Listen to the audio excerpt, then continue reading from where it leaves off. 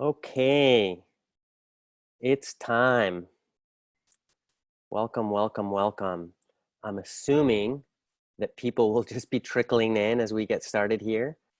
And also some people will be waiting for the recording, and that's fine also. Super excited to be here. It's spring equinox. It's like life is returning in the northern hemisphere anyway. And I want to say welcome to so many people who are new members in the Kalapa. Amy and Brandon and Francesca, and I know I'm forgetting people, but I want to welcome all our new members. Okay, so we're gonna mute the lines to preserve the quality of the recording. Comes together. And I'm gonna ask you to close your email, turn off your phone, turn off notifications. It's a request, not a demand, but I'm gonna ask you to eliminate distractions. Some people might be tuning in from work and you still need to be present to things, or you might have a sick child and you need to have texts available. That's fine. You do what you need to do. But otherwise, turn off all notifications. And let's do 3 breaths to get present. If you've been in one of my sessions before, we may have done this together. And I'll walk us through it. So we'll take a deep breath, and on the exhale, we'll let go of everything from the past. Here we go.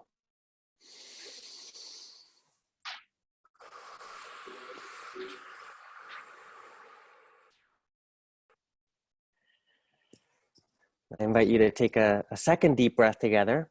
And on the exhale, we'll let go of everything from the future. Here we go.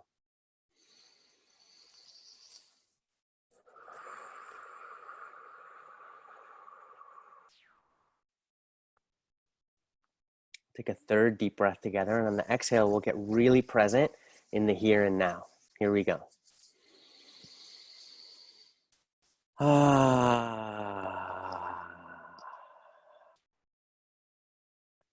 Okay. So just a teeny little bit of housekeeping.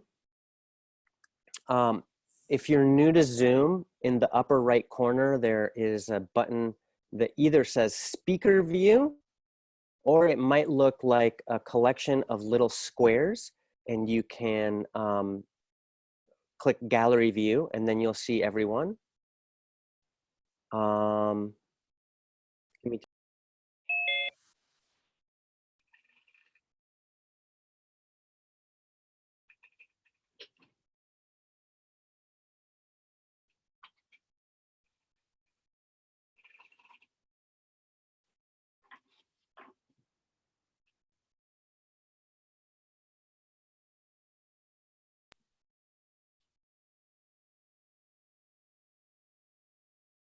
Okay, I think we're back. Slight interruption. Again, welcome everybody, and welcome to new members. We're just doing some quick housekeeping. So if you're new to Zoom, you can click on the upper right. There's either some squares, 9 squares together. If you hover over it, it'll say gallery view, or you can click on speaker view, and you can toggle between both of those.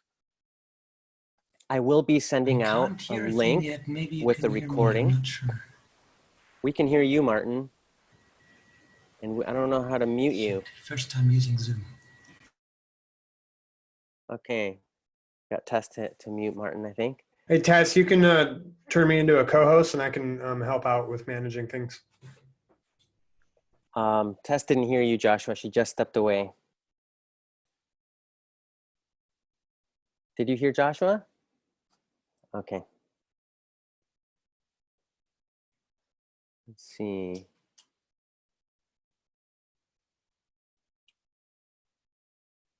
All right, cool. Well, it's one of my mottos in life. You got to be willing to take imperfect action, and here we are.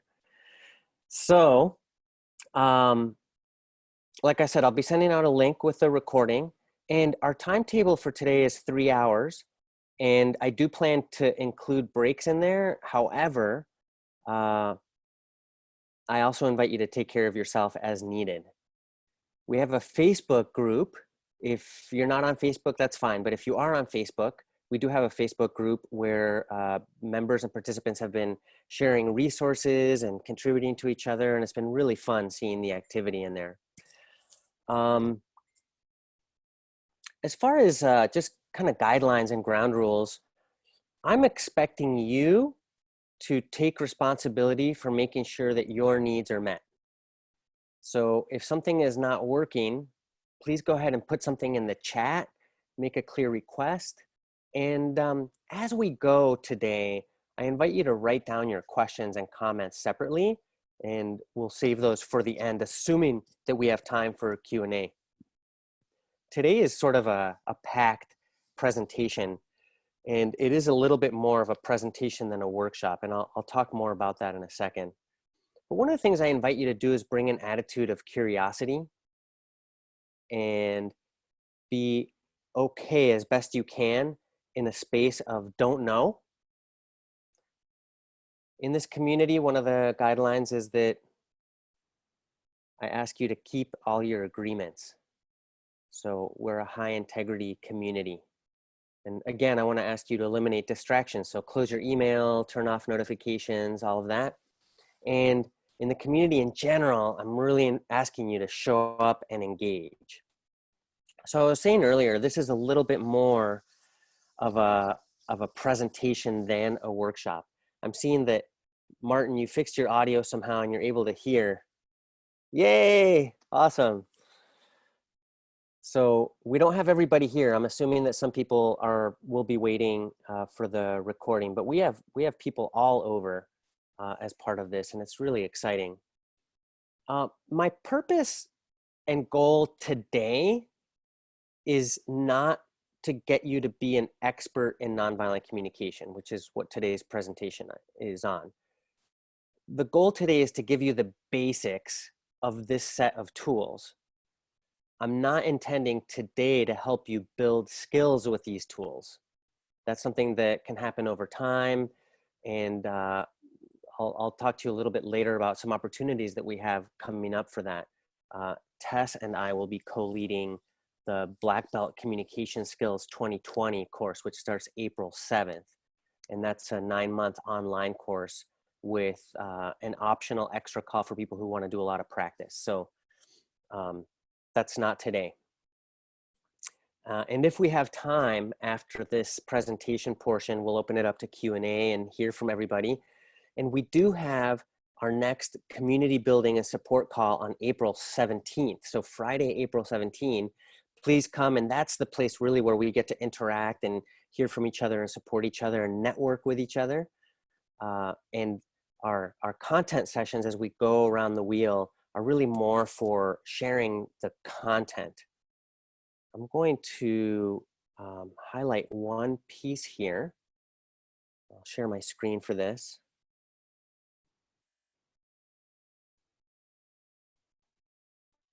So I wanted everyone to see this, this is our flight plan for the year. So we started this past December at the winter solstice, and we did our overview of the Kalapa, of the 8 Shields model, of the integral framework, and we went to the Northeast talking about integrated personal practice. And so today we're in the East here talking about NVC, nonviolent communication. The core competency in the East is about interpersonal effectiveness. And how do I get along with people? How do I learn the basics of conflict prevention and conflict resolution, deepen relationships? So that's where we are here in the East. Our next session will be Friday, May 15th, our next content session, where we'll be looking at lifestyle design, envisioning, and manifesting. Super, super excited about that session. So, let me see if there's anything on the housekeeping front still to cover. I don't think there's anything, but we do have people assisting, so you feel free to put your questions and things in the chat, and let's get rolling. I'm going to do a partial screen share here because I prepared a PowerPoint for us.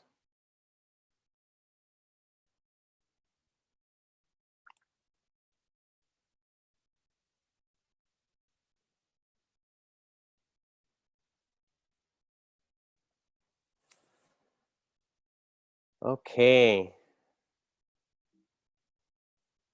KLAPA 2020. Interpersonal effectiveness and nonviolent communication. I'm going to start with some quotes here.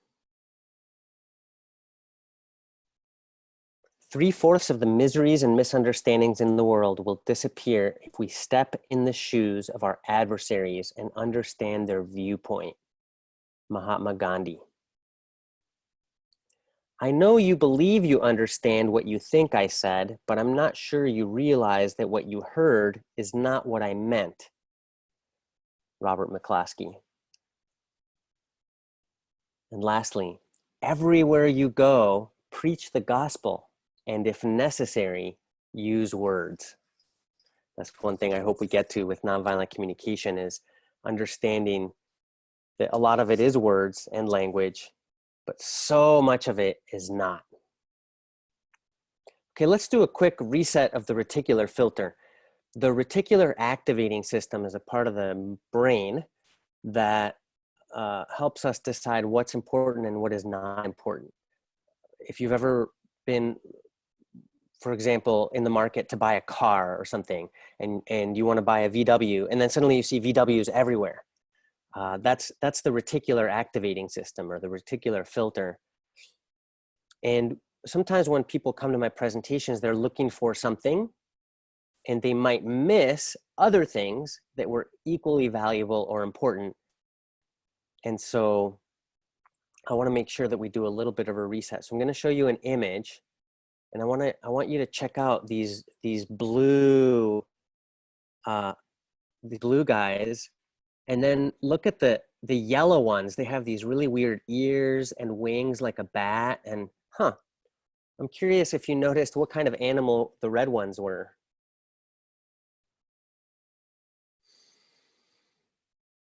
Yeah. So, because I directed your attention to the blue ones and the yellow ones. The red ones are some pretty cool fish. Thank you, MC Escher. So I just want you to be open to whatever's coming your way, because it might look a little different than what you were expecting. I want to tell you a little bit of a story. I had a man come to my office. His name is Mike Cook, and he has an award-winning blog called The Heart of Engagement for managers. Anyway, he was looking for a business partner, and I was upfront with him that I wasn't the person he was looking for. But he came to my office and we met anyway, and we had a really nice hour of talking and meeting. And at the end of this hour, he said, Alan, I sold between $30 and $40 million worth of consulting based on this one image, this one diagram. Would you like to see it? And I said, well, yeah, of course I'd like to see it. So that's what I'm about to share with you. Now, after he shared it with me, he told me that I was welcome to share it with anybody. So I'm doing that now. And I call this the pyramid of enlightened results. Now that's my name for it. And I want to be upfront. This is not NVC. It's not nonviolent communication, but it's consistent with NVC, and it does give us some context in a way. So we have this pyramid, and at the top of the pyramid are results. Now, in order to get some kind of result, I need to take action. And before I know where to take action or what kind of action to take, I need to have some clarity about what are the opportunities. An opportunity is sort of like a doorway, and I take action by walking through that doorway. I take action, and then there's some result that I obtain. But before I can know what the opportunities are, what are the viable opportunities, I need to be able to explore what are the possibilities. What's even in the realm of possibility before I ascertain what is viable and then take action. And in order to surface the possibilities, the foundation of this whole pyramid is the relationship. So I recently returned from an international intensive training, an IIT in nonviolent communication. And I was invited to this IIT by the members of the training team. Now, if my relationship with them were not great, if it were negative, they would never have called me to explore the possibility of my joining the training team. Because the relationship was really positive, we were able to explore the possibility of me coming to this training. So in the relationships in your life, if they're positive, there's every chance that you'll get to explore, what's available, what's possible. So the results that we get in life, so much of that is based on the quality of the relationship. So there's an old saying that it's not who you know, it's not what you know, it's who you know. And I would say it's more than who you know, it's what is the quality of the relationships with who you know.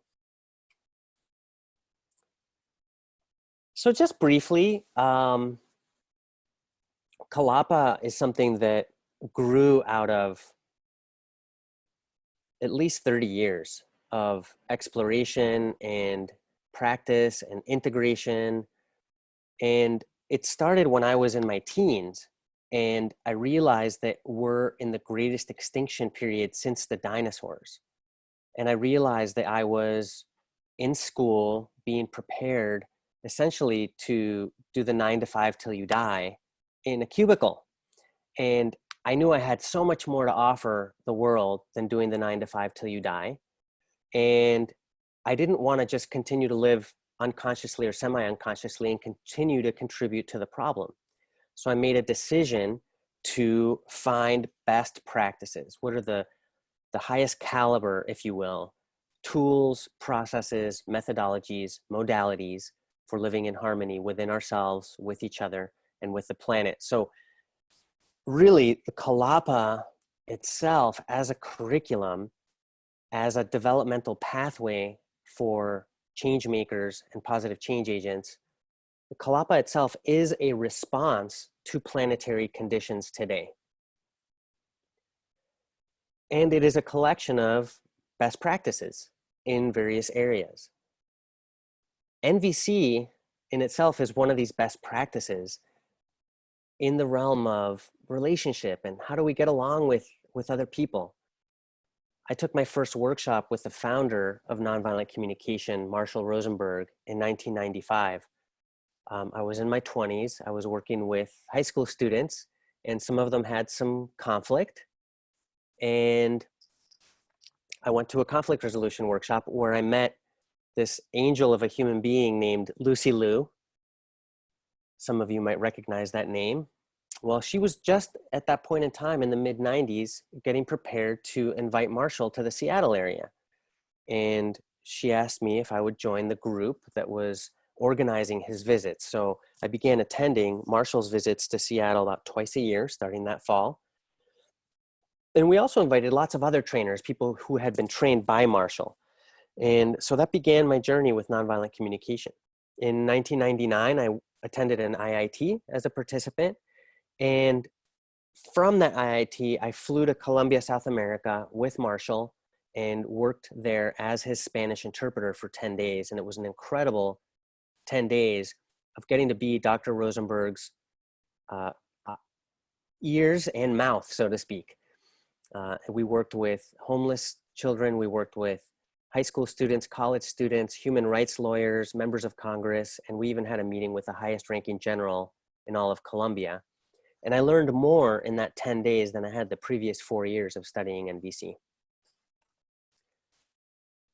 It was that year, 1999, that I was asked to become certified, and it took me some time, and at the end of 2003 is when I became a certified trainer. So I've been doing this work for quite some time, in all kinds of different contexts. And yet NVC is one of all these wonderful best practices.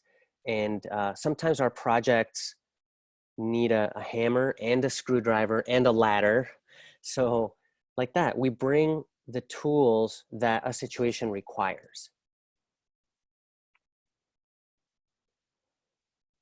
I do want to start a little bit with the name nonviolent communication. It's a little bit of a problematic name for me because first of all, it's a marketing non-starter.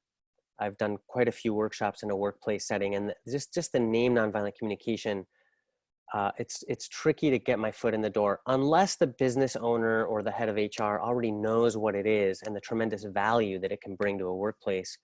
The name itself is a little bit tricky. It tends to tell people what it's not rather than what it is. And the name comes from Dr. Marshall Rosenberg's attempt to align himself with Mahatma Gandhi's social movement of nonviolence. So at that time in India, in the Hindi language, they had actual words for what they meant that did not have a translation into English. So one of those words is ahimsa. And ahimsa roughly translates to, I am not your enemy, or harmlessness toward all beings. It's a little bit like the Buddhist concept of loving kindness. Another one of the words that they used was satyagraha. And satyagraha, again, no direct translation into English, but satyagraha roughly translates into soul force or soul truth or the power of the truth. So we took these two concepts of loving kindness and the power of the truth, and in English, they got translated into nonviolence. Now, the same thing happened in Spanish, la no violencia, and it doesn't tell you what it is, it tells you what it's not.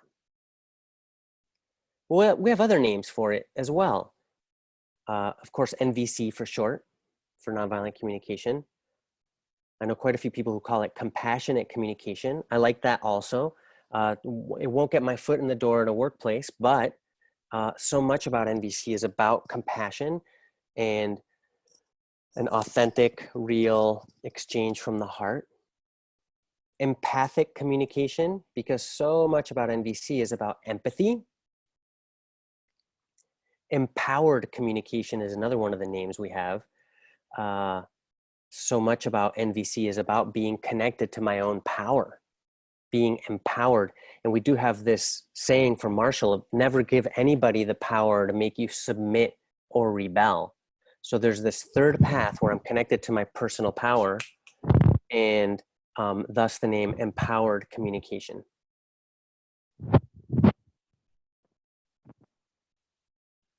There's another name that we have for it, conscious communication. I know some people who teach it as conscious communication, and there's so much to that name because we want to be conscious of how we're expressing. We want to be conscious of how the other person's doing and what's going on for them. And we want to be very conscious about what's happening inside us. So another one of the names is life-connected, life-serving communication. That's quite a long name. Doesn't quite roll off your tongue, but I like it a lot because it also describes some of what we're trying to do. We're trying to be connected with the life inside us and the life in others. And how do we serve life in our connections? Now, one of my very, very, very favorite names for this process is how to enjoy fucking things up. Yes, this is one of the names for NVC. And it reminds me of this mindset that I want to have, which is to be willing to take imperfect action. I'm a recovering perfectionist. There were so many things I wouldn't do unless they came out perfectly. Well, I'm a recovering perfectionist. I'm getting over that. I want my things to be wonderful, amazing, fantastic, but no longer perfect. So how do we treat ourselves when we're less than perfect? How do we treat ourselves when we royally screw something up? Are we harsh with ourselves? Are we kind and compassionate without necessarily letting ourselves off the hook? So how do we be human and learn along the way and enjoy not being perfect. As Dr. Rosenberg used to say, anything worth doing is worth doing poorly. If you're not willing to take imperfect action, you'll end up sleeping on the floor out of the philosophy that it's better to do that than fall out of bed. So any amazing musician had to go through those clunky phases of figuring out what the notes were and what the chords were, and until they practiced and became fluent at their instrument. And so NVC can be like that. We also call NVC giraffe language, or sometimes you hear people just describe it as giraffe. And I want to explain that name as well. The reason I'm going through all these names is they do give you a flavor for NVC. And so it's very intentional how I'm walking us through this. I do want to say something about giraffe because we have these dangerous metaphors of the giraffe and the jackal. So why do we call it giraffe? Well, the giraffe is one of the land animals with the largest heart. And its height gives it a perspective that anytime I'm meeting my needs at the expense of somebody else's needs, in the long run, my needs will not be met. Anytime I set up a win-lose, in the long run, I also lose. Because we're all interconnected, interdependent, interrelated. For me, the word karma is not an esoteric term. For me, the word karma is simply the law of cause and effect. And we have some sayings in the English language around that. You reap what you sow is one of them. What goes around comes around. The CIA even has a name for this. They call it blowback. So this height of the giraffe gives it this perspective that our needs are all interconnected and interrelated. And anytime I create a win-lose, in the long run, I also lose. In a lot of circles, I hear the word compromise as a way of resolving conflicts.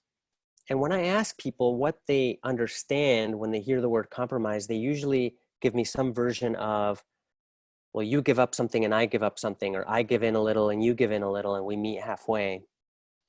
And if that's as far as you can get in a conflict, fine. But NVC has a much higher bar, which is a true win-win, a true mutually enriching outcome, a mutually agreeable and mutually beneficial outcome. So that's what we shoot for in NVC. And in fact, NVC gives us tools for doing that consistently. So I want to just tell you a little bit about the history of NVC.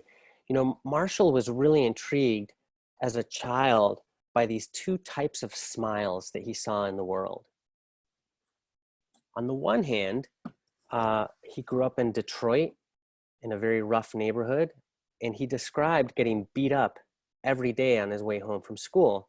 And he noticed that these young men who would hit him and hurt him had some kind of smile, like they were enjoying doing the violence. At the same time, living at home, he noticed that his uncle would come regularly to take care of his grandmother. So Marshall's grandmother was bedridden, and Marshall's uncle would come and just care for her and wash her and bathe her and do everything for her. And he also had a kind of smile. And that really got Marshall to wondering, what is it with these two types of smiles? Sometimes people really enjoy serving and contributing to others. And sometimes people seem to be enjoying violence. And what is that about?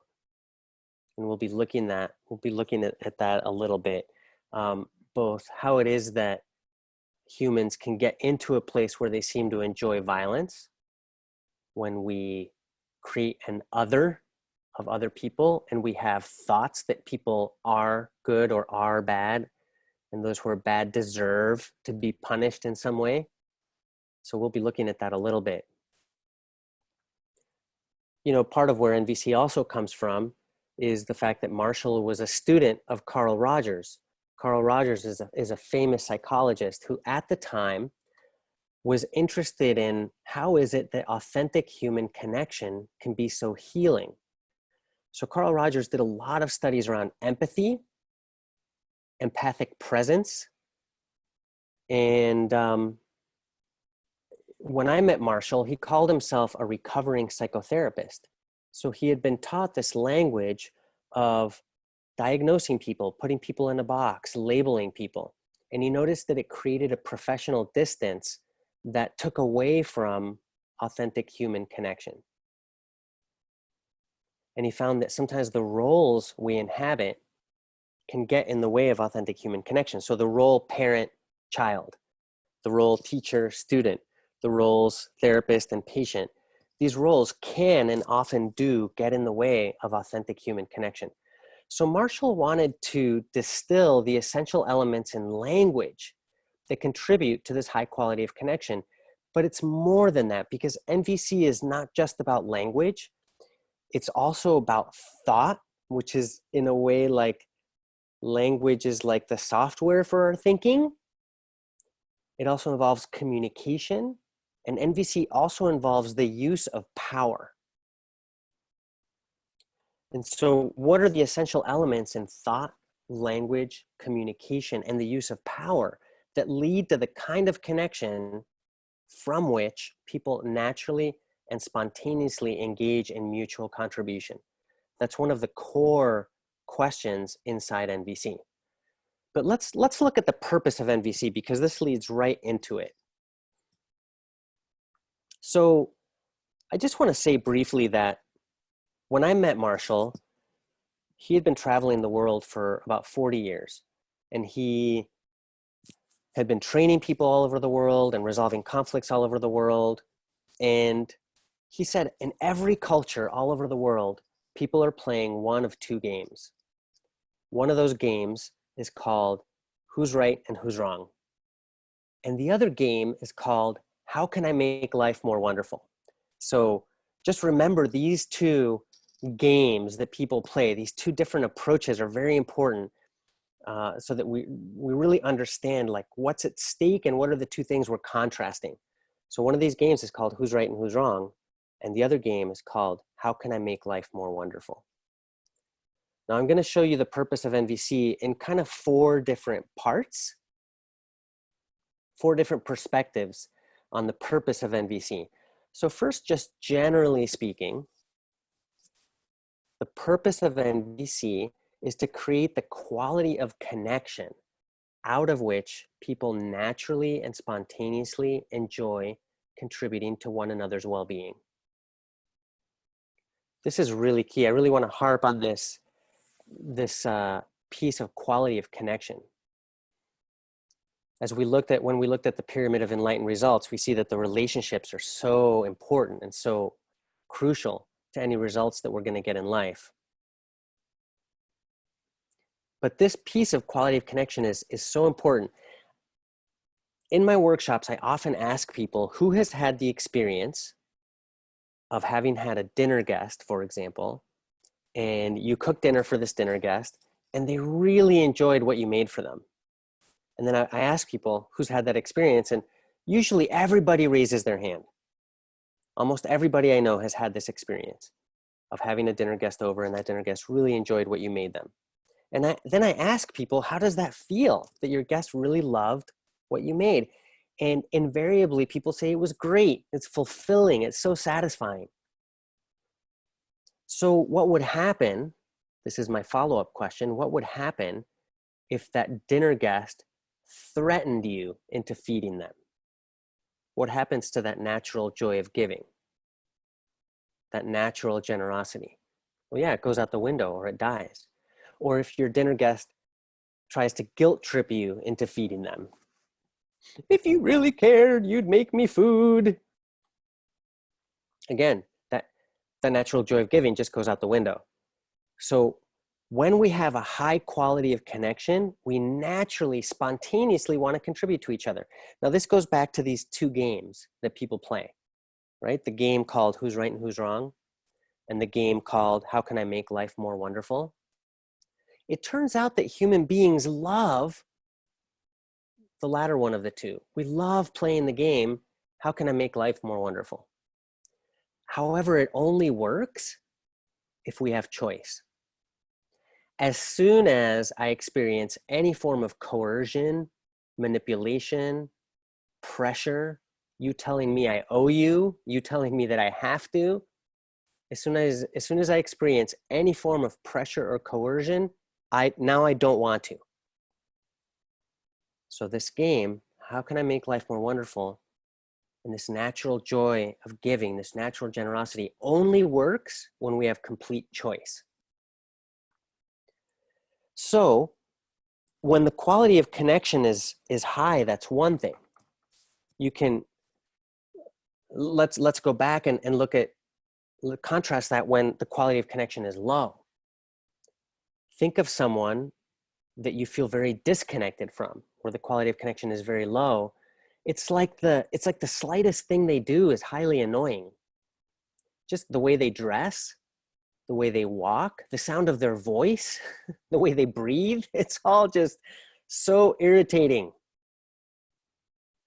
when the quality of connection is low. Or we interpret that they're criticizing us at every turn. You know, that happens.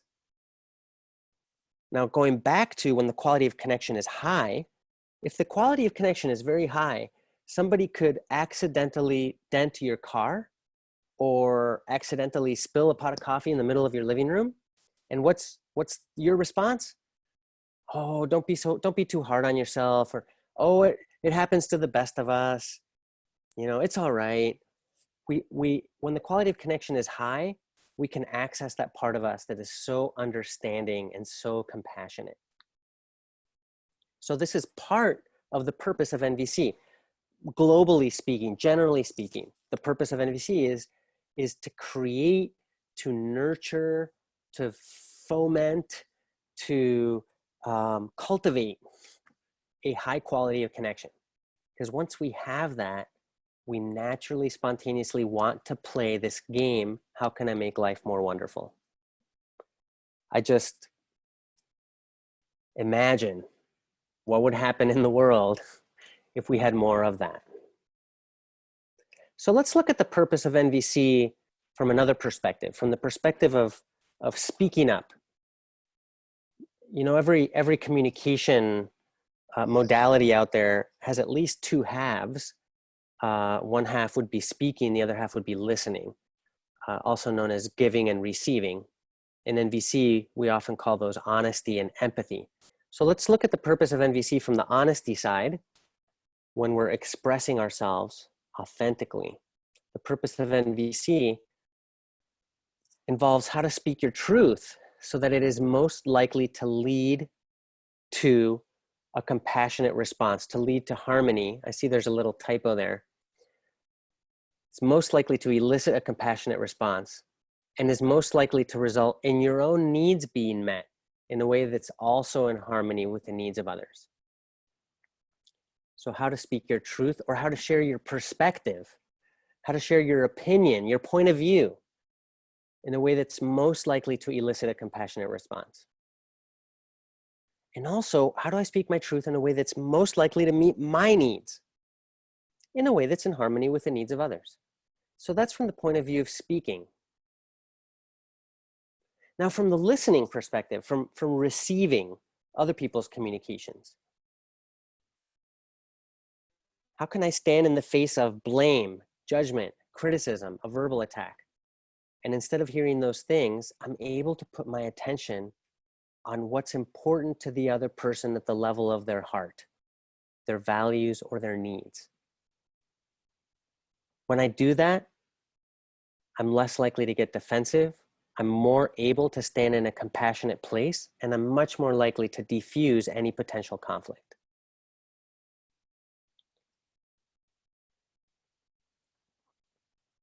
Now, there's a fourth perspective from which I want to share the purpose of NVC, which is around connecting with myself and self-care. And the self-care that NVC makes available to me gives me more resiliency, more emotional buoyancy. I tend to enjoy life more, and I'm not so easily going to fall into being a victim, and I'm much more likely to thrive and have my needs met. So the purpose of NVC also involves how to have clear and constructive intrapersonal communication, my communication with myself, how to have interior clarity about what I'm observing versus my story, what I'm telling myself, how to be clear what I'm feeling versus what I'm thinking,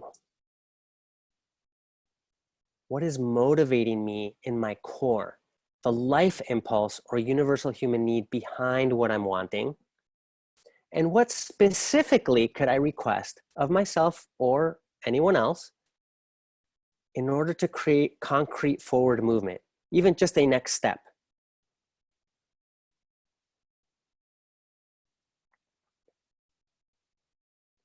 Clear and constructive intrapersonal communication also means reduced internal conflicts and mixed motivations. And notice here, for those of you who are already familiar with NVC, I've got all 4 components here: observation, feeling, need, and request. And I want to emphasize how liberating requests can be when we actually can take responsibility for what we're wanting by making a clear request, rather than expecting other people to read our minds or be psychic about what it is that would enrich our life. Let's look briefly at the opposite of NVC. One reason for doing this is that it'll become obvious when we see it. It's very useful to just be very, very clear. What's the type of thinking and language that's most likely to take us away from the quality of connection we're seeking? As I go through these, they will also give us a valuable contrast for when we get into NVC. And it'll be useful to be on the same page about the kinds of thinking and language that get in the way of the quality of connection that we're looking for.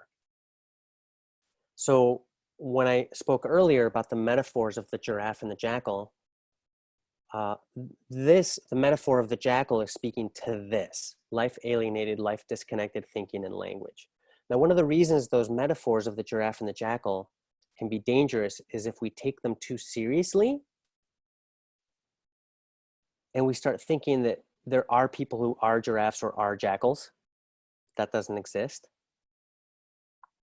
And because this life alienated, life disconnected thinking is based on rigid concepts of rightness and wrongness, if I start to think giraffe is good and jackal is bad, then I'm right back in that life alienated, life disconnected thinking.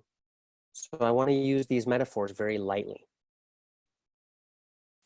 So let's look at the first element of life disconnected thinking and language: diagnoses, the plural of diagnosis.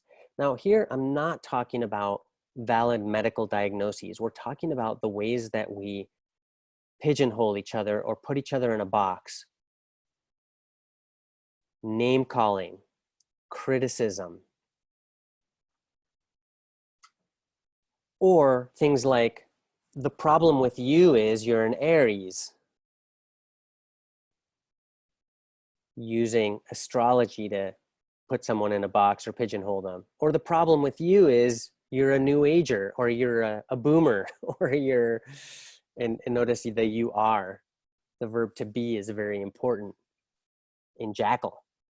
NVC is a process language. Jackal is a static language. So the verb to be is very important. Another form of diagnosing is any time that I tell myself that I know what's going on for you, and when I believe my story about it. So if I turn to my partner, for example, and I say, that time you yelled at me for no reason whatsoever. So just the phrase "for no reason whatsoever," I'm diagnosing that this person didn't have a reason. So things like, oh, I can see you're very angry. That's a diagnosis. The other person might respond, hey, I wasn't angry, I'm just frustrated. So telling people what they're thinking and what they're feeling can be very disconnecting. And it's called diagnosing. Denial of responsibility is any type of language that implies that we don't have choice.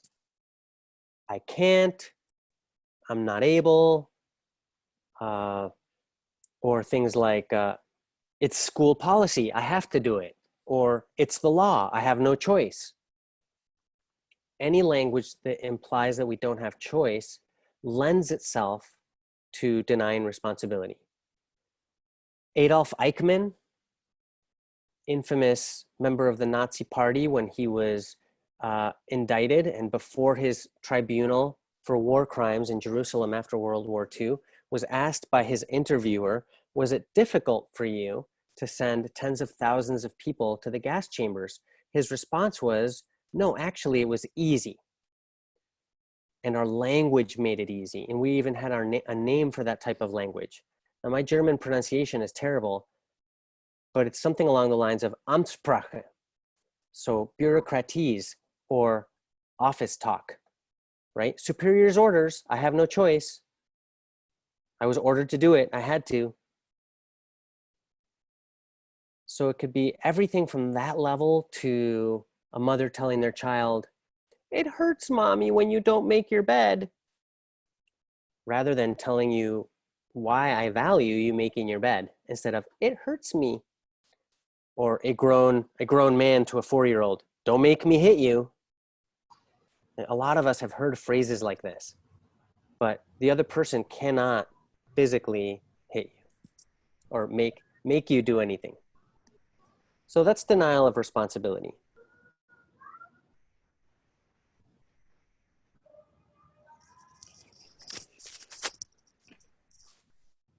Okay. So demands are a little bit like requests, except that there's a threat, hidden or not, that if you don't do as I've asked, you're going to get punished in some way. It could be that I just give you the cold shoulder, or it could be something much greater than that. But in a demand, I don't care why you do it or what energy you do it with. I just want the thing done. Now, in a request, in a true request, in an NVC request, your needs matter to me equally to my own. So in a demand, by definition, your needs don't matter to me equally to my own.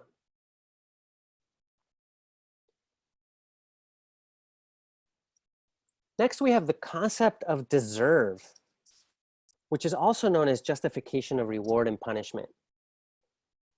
Now, this is again going back to the static thinking about who is good and who is bad and who deserves to be rewarded or punished. Marshall used to quote a famous theologian named Walter Wink, and Walter Wink talked about the myth of redemptive violence. And the myth of redemptive violence says that some people become better human beings. They're redeemed by having violence done unto them. It's the reason that we call our prisons penitentiaries. It's where we send people to do penance. Now, the theory behind that is the more I think I'm a piece of shit, the better I'll come out in the end. And I actually wouldn't have a huge problem with that if it actually worked. Unfortunately, it doesn't work, and it just makes the problem worse. You know, Marshall used to say that, Marshall told a story actually about doing victim offender mediation with someone who had committed a rape and the person who was raped. And he said that for the person who committed the rape to sit in prison and think to himself, I just deserve to sit here and rot. I'm terrible. I'm a piece of shit. I just deserve to be here forever. Marshall said that that's a cop-out. He said that to sit with another human being and to connect with their humanity and with a huge amount of pain that my actions have stimulated for this other person, and then to connect with my own humanity and to realize that my own actions didn't contribute to my needs either. Marshall said that's real suffering. That's where a level of mourning and grieving can happen at a much deeper level, rather than just sitting in guilt and shame thinking I'm terrible and I deserve to be here. Now, if you want to see a great example of the myth of redemptive violence in all its explicit glory, I invite you to watch children's cartoons. This is where you have good guys and bad guys, and they're usually guys, good guys and bad guys. And right at the climax of the show, the bad guys are punished, locked up, beat up, humiliated, pulverized. And the good guys are loved, accepted, celebrated, rewarded for having done that to the bad guys. So just the concept of deserve, that some people deserve rewarding and other people deserve punishment, is based on this static thinking of good, bad, right, wrong. And it's a core piece of life alienated, life disconnected thinking and language. Now, another piece that's really important are jackal motivations, life alienated, life disconnected motivations. Another name we could give this following list is coercion. And jackal motivations, or ways in which we coerce others or allow ourselves to be coerced by others, or ways in which we coerce ourselves, these jackal motivations include fear, guilt, shame, duty and obligation, to get a reward, to avoid punishment, or doing things out of shoulds and have-tos. Now, this is really important. This is really important here. Please, please, please, please don't do anything for me out of any of these energies, ever, because it'll damage the relationship. If I do something for you out of guilt or shame, it's like inserting a toxic energy into the relationship. So please, please, please, only do as I've asked, if you can do it with the joy of a small child feeding a hungry duck. In other words, if you can do it because it also meets your needs, then do as I've requested. But please don't do anything for me out of any of these energies. Now, you can imagine that if you associate me over the years as someone who is motivating you out of guilt, shame, that in the long run, it's very likely that my needs won't matter to you as much.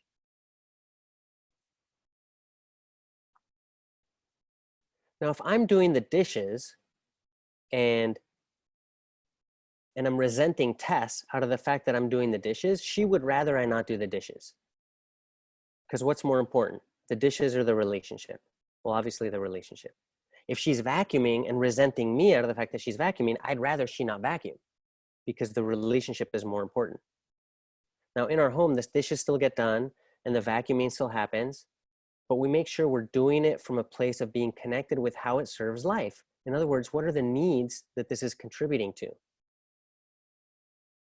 How does this align with my values? If I'm doing the dishes and telling myself, if I don't do it, nobody else will, and I'm resenting the task and resenting other people, that's a lot of tension I'm creating in my system.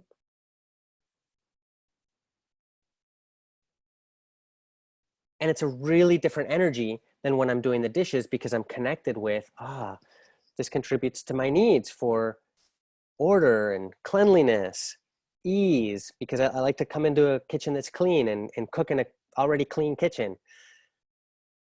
Or it aligns with my values around being a contributing member of the community that is my household. That's a very different energy with which to do the dishes. So if there's one thing that you're left with out of this whole presentation, it might be this phrase: the energy with which we do anything for each other is just as important as the action itself. If you could tattoo this on the inside of your eyelids, I would totally go for it. This is so valuable to remember. The energy with which we do anything for each other is just as important as the action itself. So please don't do anything for me out of these energies. Most of us have experienced the situation where somebody did us a favor, but then we paid a big price. That's why one of my colleagues wrote an article saying, don't just take yes for an answer. I want to be clear, what is the motivation? Just as important. So now you can see that this whole thing, life alienated, life disconnected thinking and language, is also known as jackal. So when I use the word jackal, it's my shorthand for this entire body of concepts. Now we can think of this in a way as like the opposite of nonviolent communication. This is the type of communication that's most likely to get in the way of the kind of connection we're looking for. So I'm wondering whether it's time for a break now or whether we want to keep going. And I'm curious, Tess, as you look at or you hear from people, because I'm inclined to share one more piece and then take a break. But if we want, we could take a break now.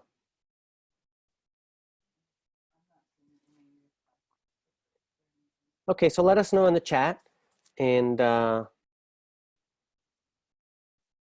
yeah.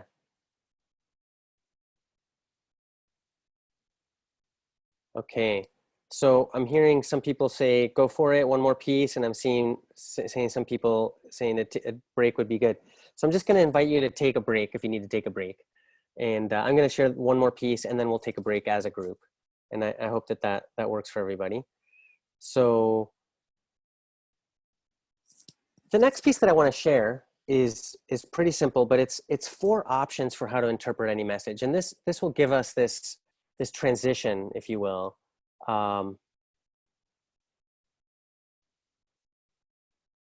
from talking about jackal into talking about NVC.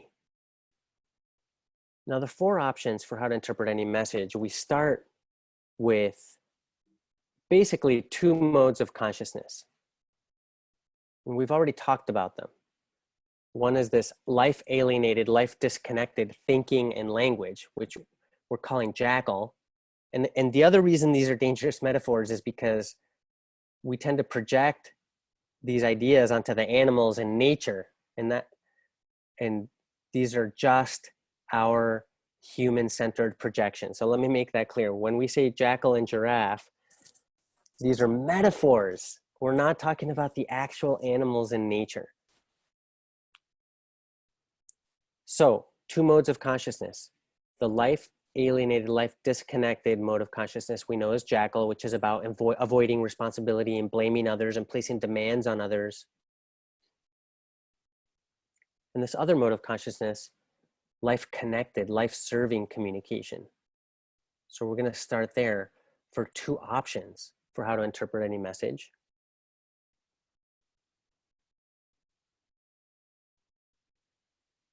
And one option is that from this consciousness of the jackal, I turn my attention outward. So I'm judging other people. Somebody says something to me and I judge them back. That's one option. Another option is that I turn my attention inward. From this jackal consciousness, I turn my attention inward and I judge myself. Now the other 2 would be, I take this life-connected, life-serving consciousness and I turn my attention inward toward myself. That would be self-connection, self-empathy, you know, compassionately caring for my feelings and my needs. Or I can turn my attention outward from this giraffe consciousness, and sometimes we think of that as empathy or empathic sensing. Now I want to give a clear example of this. So let's imagine that somebody says something that could hurt my feelings. Somebody insults me somehow. I'll just use an example from a workshop. Somebody says to me, "You are the worst presenter I've ever experienced." Let's go with that one. So option 1, if I turn my direction toward them, I'm going to judge them back. "Oh yeah, screw you. I don't see you having the guts to organize a class and get up in front of a group and, you know, put yourself out there. So, you know, F you very much." That could be my response in option 1. Now, option 2, where I turn this jackal attention inward toward myself, and if the person says, "You're the worst presenter I've ever experienced," oh my gosh, now I feel terrible about myself. With the jackal ears inward, I take that judgment and I internalize it. And now I feel terrible about myself.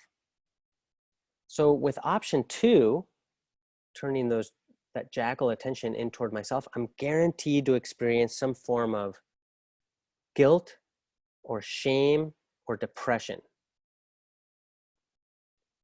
And with option 1, with the jackal ears turned outward, I'm guaranteed to experience some form of rage or anger.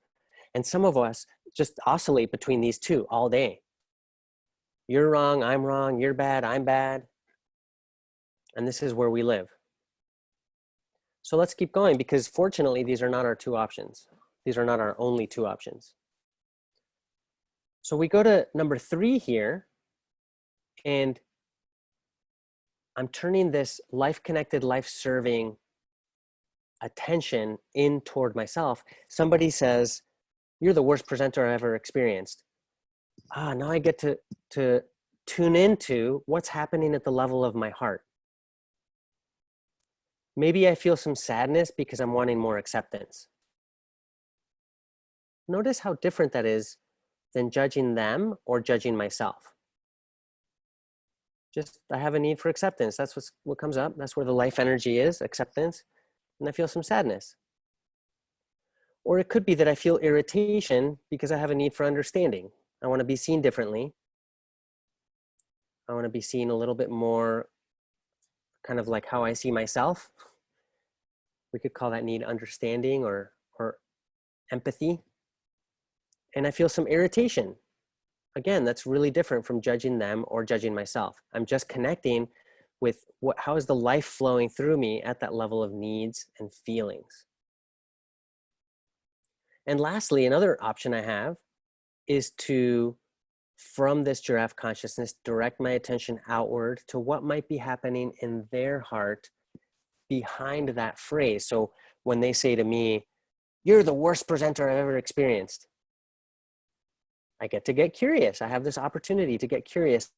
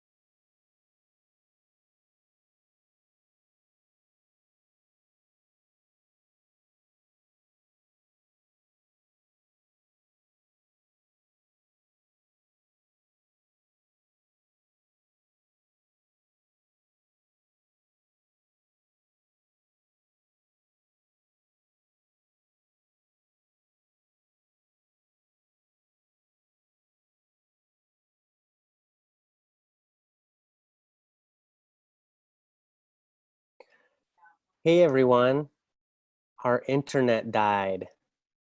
So we're back. Here we go.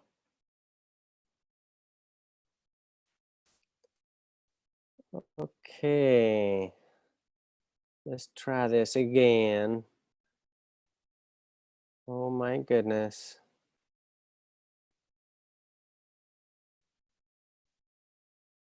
Oh.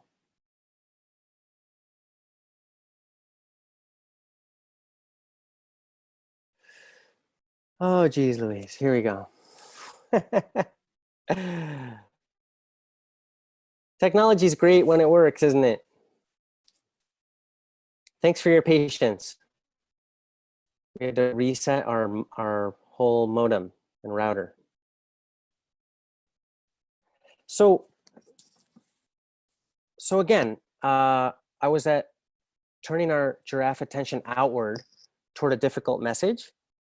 And one of the things that we recognize in nonviolent communication is that any judgment is a tragic expression of an unmet need.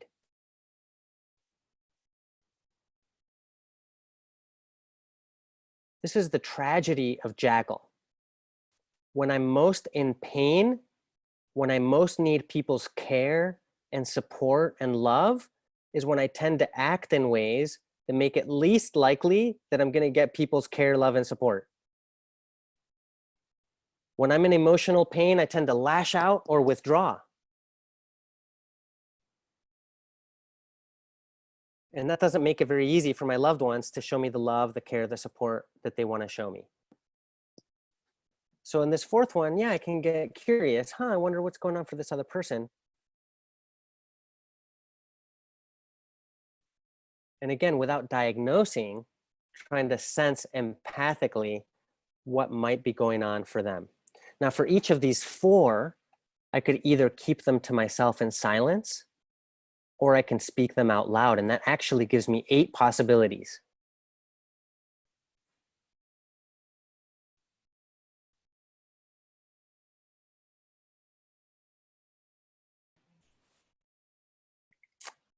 Okay, well, I'm going to propose that we take a short break. Let's see, it is, I know that we might have just gotten one in a sense, but I have 8 after. And I'm going to invite us to start again at 20 after. So that'll give us 12 minutes, like 10 minutes, make a cup of tea, go to the bathroom, stretch a little bit, whatever you need. But I'll start at 20 after. Right now I have 8.5 past. So see you in just over 10 minutes. Thank you.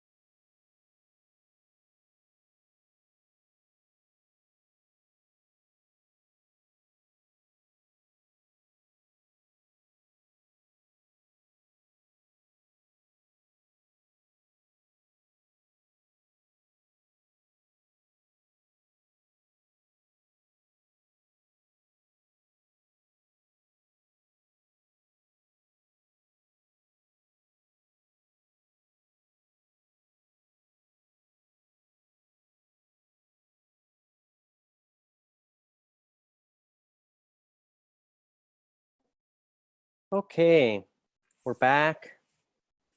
We're recording again for future people. And we'll get rolling again here. Give me just a second. This screen sharing thing is sort of interesting.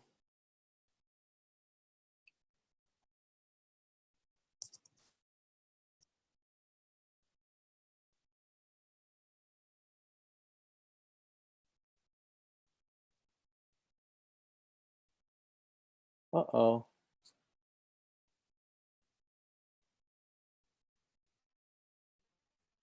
That was weird.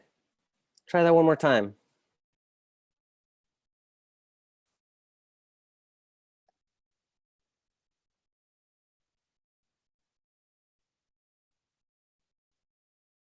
Aha, here we go. So let's talk about one of these principles in nonviolent communication that's so important. I'm going to show you a diagram that I like to call connection before solution. It could be called a lot of different things. One of the other names that I call it is the number one most overlooked secret to preventing and resolving conflicts. And when I first saw this, it gave me a lot of insight into how NVC works. So here we have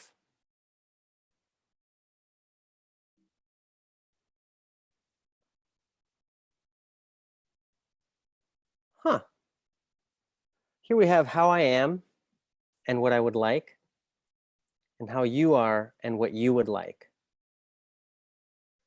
And somewhere down there is a strategy or a solution. Now let's say that the two of us have a disconnect. I'm going to send you all these slides, by the way. You're going to have the PDF of all of this. So if you're taking notes, that's great, but I'm also going to share these slides with you. When there's a disconnect, our tendency is to jump to fix it. So something's not working, something's off, and we just jump to some strategy, some solution. So it could be, oh, don't worry, honey, daddy will buy you a new one. Or, okay, fine, boss, I will take on that extra project. We just tend to jump to fix it. Okay, fine, I will make lunch. So we skip connection and we jump to some kind of solution.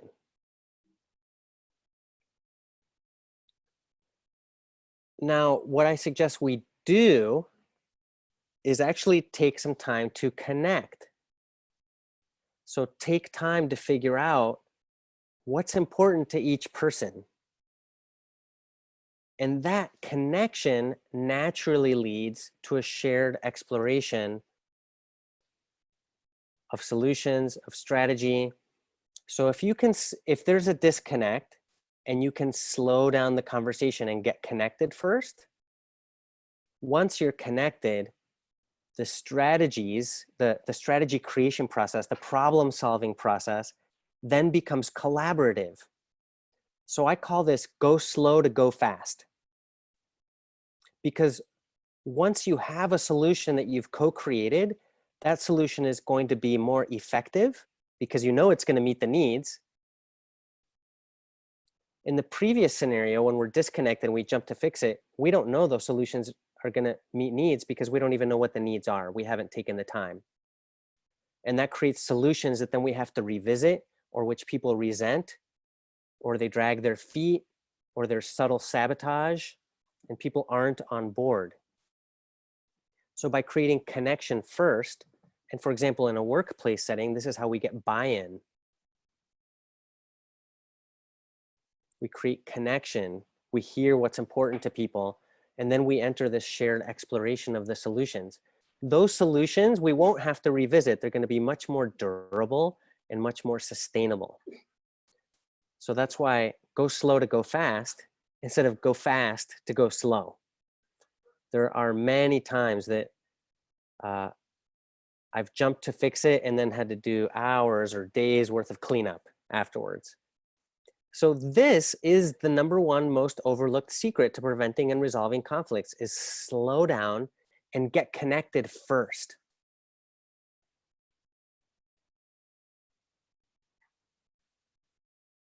I want to show you another piece here because but before I go there, I guess I want to make some clear distinctions here. So I've been talking about needs, universal human needs, but I haven't really defined them. So I'd like to take a moment now because this is at the core of nonviolent communication. When we're talking about needs, even the word is tricky because the word need has a connotation that something is missing, that there's a sense of lack, and that's not what we're talking about. When we're talking about universal human needs, we're talking about an energy that wants to flow, not a hole to be filled. Universal human needs, you can think of them also as core human motivators. They're what impels us to act at the deepest level. Another definition of needs is how is life seeking to show up in this moment? The life in you, the life in me, the life in this other person. In one moment, it might be trust. The next moment, it might be love. The next moment, it might be safety. The next moment, it might be autonomy. The next moment, it might be creative expression. So these are examples of universal human needs. Yet another way of thinking about needs is that universal human needs are the conditions for any human to thrive, regardless of culture or geographic location. When my needs are met or satisfied, I'm thriving. And our feelings come from our needs. So if my need for safety is not met, I have certain feelings. If my need for safety is met, I have other feelings. Same with my need for friendship, for connection, for closeness. And the important key distinction in nonviolent communication is the distinction between needs and strategies.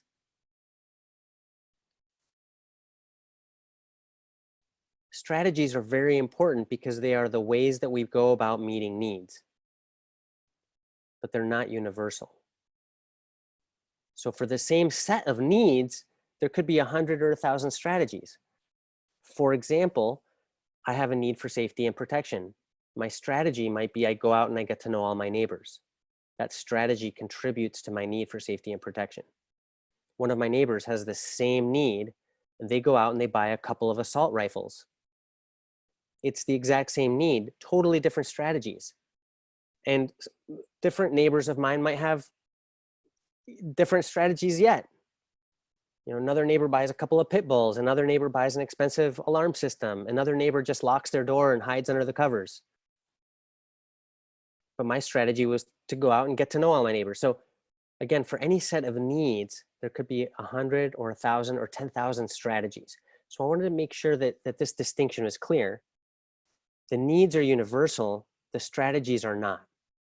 And so we will get into conflicts around strategies. There's a myth of needs being in conflict, but actually what's in conflict are the strategies that we're using to contribute to needs. Here's another way that NVC works. It gives us 3 options for where to put our attention. I mentioned I recently got back from an international intensive training, and at these trainings, I like to tell people that they can be practicing all day. All day, they can have their attention in one of these 3 areas. Their attention can be on being empathically present to others, so listening, being present. Most of the time that's in silence, but sometimes to demonstrate that I'm understanding, I'll reflect back out loud what it is I'm hearing. So that's why we have that verbal branch there above empathy. That's one place I can put my attention is on listening and being present to others. Another area I can put my attention is on self-expression. What's alive for me and communicating it. And you can see that the trunk and the roots of the tree are about self-connection. Every spiritual tradition has some version of know thyself. And this is really important in NVC, because if I'm triggered, flooded with emotions, that impacts my ability to be present with empathy. It's very hard to be present for somebody else if I'm very triggered. And similarly, if I'm really disconnected from myself, how honest can I be on the self-expression side? Well, I can let you know that I'm disconnected, but there's not a whole lot I can say if I don't know what's happening for me. So self-connection is a limiting factor to the other two, to authentic self-expression and also to empathy. Or it's a supportive factor. Now, NVC, I'll be revisiting this, but NVC, at the core is sort of about two things. What's my intention and where am I putting my attention? So if my intention is to be right, or if my intention is to get my way, then I'm not aligned with the intention of NVC, which is to create a high quality of connection, out of which we'll find a mutually enjoyable outcome. And then lastly, where do I put my attention? Am I putting it on who's right and who's wrong? Am I putting it on the accuracy of your story? Or is my attention in one of these three areas? And we're going to drill down even deeper as we get into the model itself. But, empathy is connecting with what's alive in myself. I'm sorry, in somebody else. What's alive in you when I'm present with you? And here you have an expression of the four components as well. So when you see that I arrive late for our meeting, are you feeling some disappointment because you have a need for consideration? And would you like for me to agree that I'll be on time next time? For example.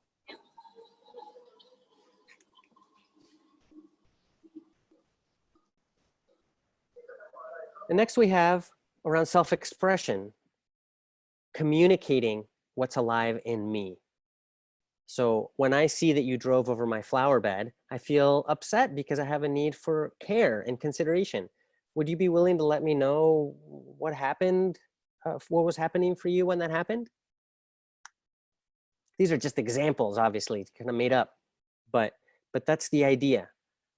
How do we use the MVC framework both in our listening and when we're expressing? So where we put our attention also involves these four components: observation, feeling, need, and request. Now, self-connection is both about humanizing and self-empathy. So it's about connecting with myself, but it's also about connecting with the parts of me that might be going on for you, right? So like opening my heart to what's alive in you. Do I have judgments?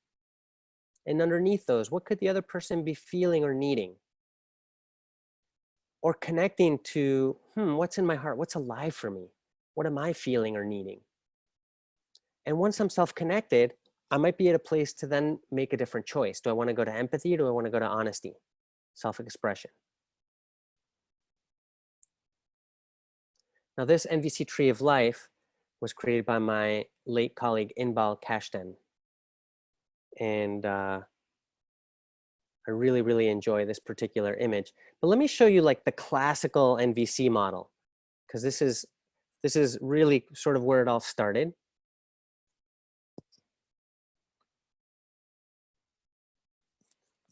And I mentioned earlier that any communication process has two halves, speaking and listening,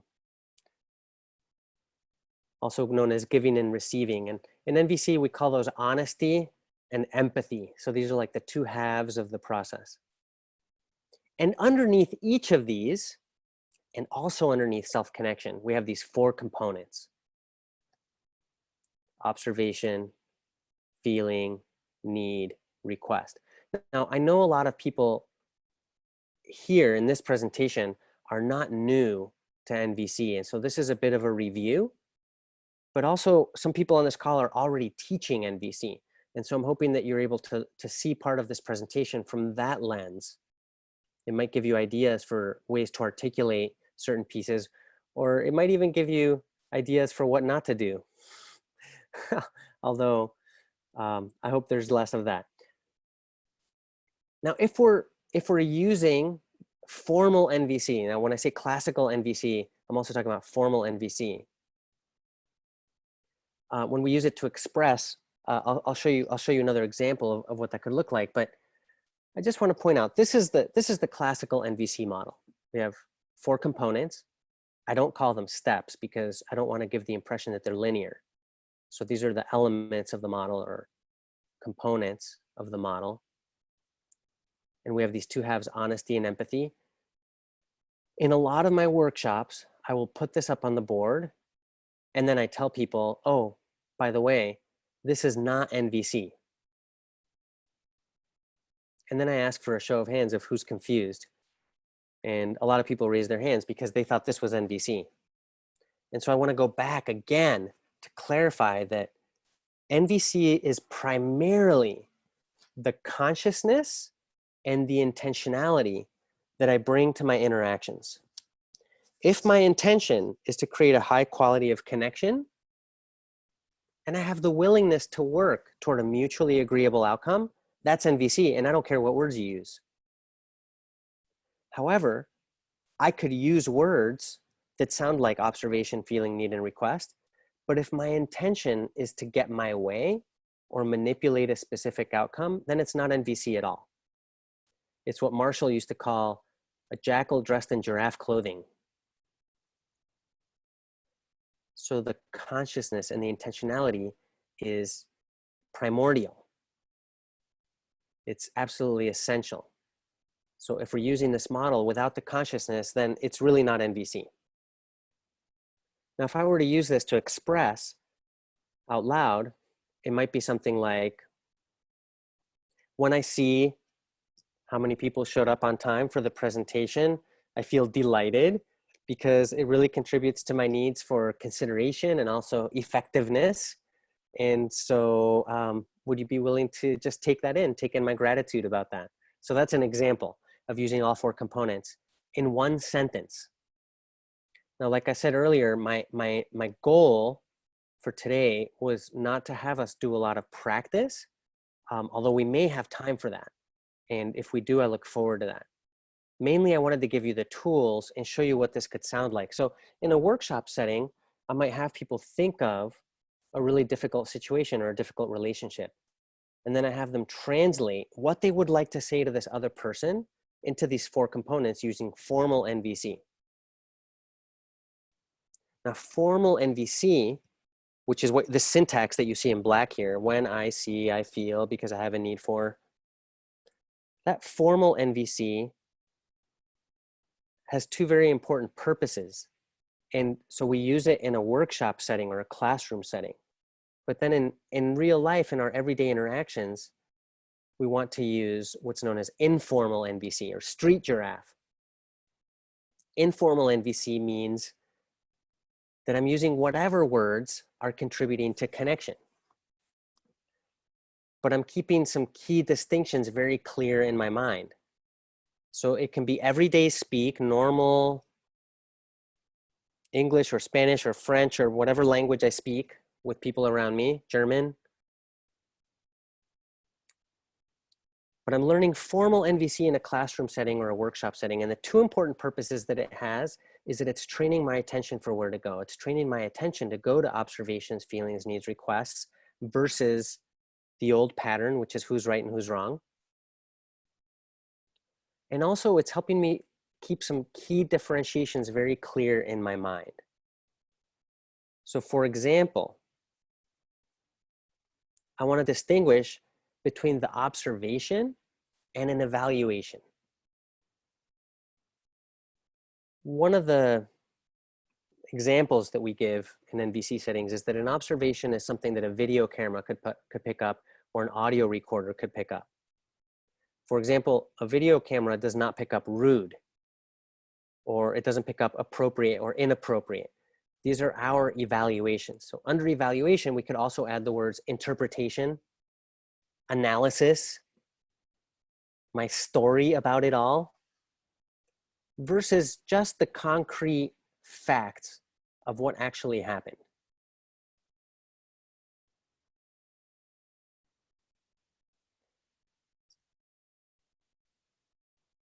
The next element, feeling, is we want to share what's actually happening for us at the emotional level versus things called faux feelings.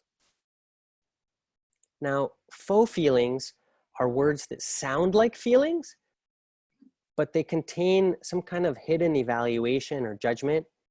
And so they're more likely to get in the way of the kind of connection that we're looking for. So faux feelings, I'll give you some examples so that this is clear. Anytime I say, I feel that, or I feel as if, or I feel like, it's going to be followed by a thought rather than a feeling. So I feel as if it might stay sunny all day. That's not a feeling. I might have feelings about that, but that's not a feeling, right? I feel that I'm right. Not a feeling. How can you tell me I'm not? It's just what I feel. Or I feel like you're making fun of me. Not a feeling. There might be feelings there, but that's not a feeling. Or I feel like hitting you. Not a feeling. Certainly there are feelings there. So that's one type of faux feelings, is when we follow I feel with the words that, or I feel like, or I feel as if. There's a whole other set of faux feelings that have two characteristics. One characteristic is they're an image of what somebody's doing to you. For example, I feel attacked. I feel condescended to. I feel caged in. I feel limited by you. These are all words that have an image of what somebody's doing to you. I feel ignored, right? It implies that somebody's ignoring me. The other characteristic of these faux feelings is that different people in a room can feel actual emotions in relation to that. So if I perceive myself as attacked, I might feel scared, but the next person, if they perceive themselves as attacked, they might feel confused. And the next person might feel sad, and the next person might feel angry. So these are the two litmus tests. These are the two filters that I run these elements of language through, just to see, is it a faux feeling or not? So is it an image of what somebody's doing to me? And could different people feel actual emotions if they perceive themselves in that way? So when somebody says, I feel ignored, well, one person might feel disappointment, another person might feel anger, and another person might feel relief because they didn't want anything to do with that person in the first place.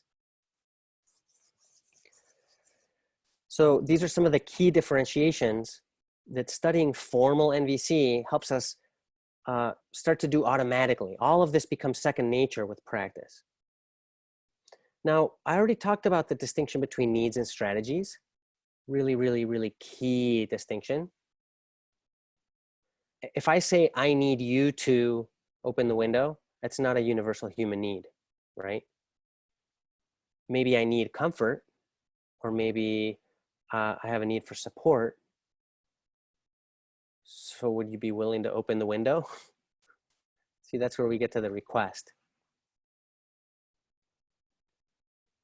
Again, strategies are important. We just need to not overlap them with the needs. If I think my strategy is the only way my need is going to be met, then there's going to be a sense of desperateness around that strategy. Or my requests could come out of my mouth sounding like I'm asking for air for my lungs rather than flowers for my table. I want to say a little bit about requests because they're so key. We already talked about this key distinction between requests and demands.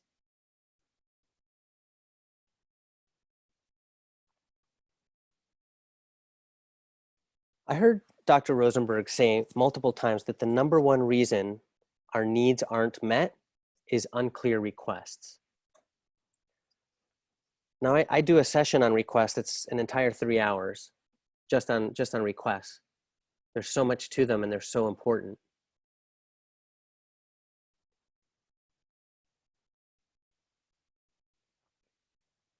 And usually I start that session talking about love and talking about a very peculiar definition of love that I grew up with in my family. And many people on this call will probably recognize this peculiar definition of love. And it goes something like this. If you loved me, then you would give me what I want, when I'm wanting it, how I'm wanting it, without me even having to ask. Because if I have to ask, well, then it's just not the same. So our yardstick for how much people care about us is the degree to which they are psychic. It's not only not fair to them, it's not fair to ourselves in the sense that we're missing out on the other person possibly having the joy of giving. Our requests can be a huge gift to others, especially if the quality of connection is high and we really, really want to contribute to one another. If you expect me to be psychic, we're going to experience some disappointment because I'm really terrible at reading minds. So having grown up in this family that had a lot of love and a lot of care and quite a bit of confusion about how we motivate each other, when I discovered NVC and realized, oh my goodness, I don't have to beat around the bush. I don't have to express hints. I can be clear and direct about what I'm wanting. Requests are a way that I can take responsibility for what I'm wanting by asking for it. If no is not an option for the other person, then it's probably a demand. So again, checking my intention, checking where I'm coming from, how attached am I to the answer, to the outcome. In NVC, if it's a true request, I'll be able to hear no with as much love as a yes. And like I mentioned earlier, when I was showing you the list for coercion, in a demand, I don't care what energy you do it with. I just want the thing done. Now, I'll mention briefly that there are a couple different kinds of requests, and we go into this much more deeply in the Black Belt 2020 course that begins April 7th. But one type of request is an action request or a strategy request, like, would you be willing to open the window, or would it work for you to bring me a glass of water right now, or things like that. Some strategy or some action. But there's another kind of request that brings us back to that image of the two hearts, and that's a connecting request. These are the requests that specifically service the connection. So one of those connecting requests is, could you tell me back what you heard me say? There's different ways to say it, right? You picking up what I'm putting down? Huh? What I just said, could you tell me back what I said? Some people call it reflecting back. Would you reflect back to me what you heard me say? Now, sometimes I'll add a little thing at the end, like, would it work for you to tell me back what you're hearing, so that I can have some reassurance that I'm being as clear as I want to be. I try to make it clear that I'm not testing their listening skills. The importance of this connecting request is that very often we'll find ourselves with a friend or a loved one, and we're hanging out and everything's going just fine. And 15 or 20 minutes later, we're in this really yucky, uncomfortable place, and we're disconnected from each other, and we're wondering, how did we get here? How did this happen? And in investigating these patterns, I've noticed that it's because pretty much every time one person said one thing and the other person heard something different and nobody noticed. So one person said red and the other person heard blue and we didn't notice, and we just kept talking. And now we're straying farther and farther and farther apart. And now we're in a fight and we don't even know why. And we didn't catch it when this disconnect happened. So sometimes if we want to make sure that message sent and message received were the same, it can be absolutely crucial for keeping a conversation on track, simply to check, hey, I'm wondering what you just heard me say. I just want to be sure that I said it as clearly as I wanted to. Sometimes I'll ask, would you be willing to tell me back what you're hearing is important to me? So that's one connecting request. The other connecting request I use a lot is, simply asking the other person for their honesty. It's amazing what we can get back if we just ask. And it could sound like, hey, so now that I shared all that, how are you feeling about that? Or what's coming up for you now? Or where are you at with all this? I mean, there's so many ways to do it. It doesn't have to be formal. So would you be willing to tell me how you're feeling? It can be totally informal, but we're asking for the other person's honesty. So these two connecting requests, asking the other person to reflect back what they heard, and then asking how they're feeling about that. These two connecting requests are the mechanics, if you will, for keeping a difficult conversation moving and for staying on track. I'd love to share a little story about a couple that I worked with. I think the year was 2005. I was at an event in Oregon, and we had about a 2-hour lunch break, and I had about 90 minutes to work with this couple. They came up to me and asked me if I'd work with them during the lunch break. We had 90 minutes together. And I took those two connecting requests and I wrote them on a big sheet of paper and I labeled them A and B. So A, could you tell me back what you heard me say? B, now that you know, how are you feeling right now? Or what's coming up for you right now? And I put this sheet of paper on the table between us, and I had one person on one side, the other person on the other. And I let them know that they were just gonna have a regular conversation, but that they were going to end everything they said with either A or B, either asking for a reflection or asking for the other person's honesty. And so we started, and part of my role was holding the space, offering to reflect back if the other person was too triggered to do so, and basically reminding them to use these requests. And so they did it. They had a conversation, and instead of their usual pattern, they ended everything with either asking the other person to tell them back what they heard or asking the other person what was going on for them now. And then that person would ask for a reflection, and then that person would ask for, you know, what was stimulated, and like that. And we kept going back and forth, and the conversation wound deeper. After about 90 minutes, I asked this couple, how did it go? How was it? And they said, oh my gosh, that was so hard. But we got farther in that conversation than we have in 25 years of couples therapy. So it's remarkable what some of these very, very simple tools can help us accomplish. So now a little bit just about this model: observation, feeling, need, request. Some people think of the model a little bit like training wheels. You know, once I have the formal components down and the syntax and some of these key differentiations, then I can lose the training wheels of the bicycle and just ride without them. And then I'm just using informal all the time. And that's great. That's wonderful. Because the purpose is connection. The purpose is not to speak NVC correctly. The purpose is connection. Now, the training wheels, that's a limited metaphor because hardly anyone ever goes back to use the training wheels. Once we learn how to balance on a bicycle, we don't need the training wheels ever again.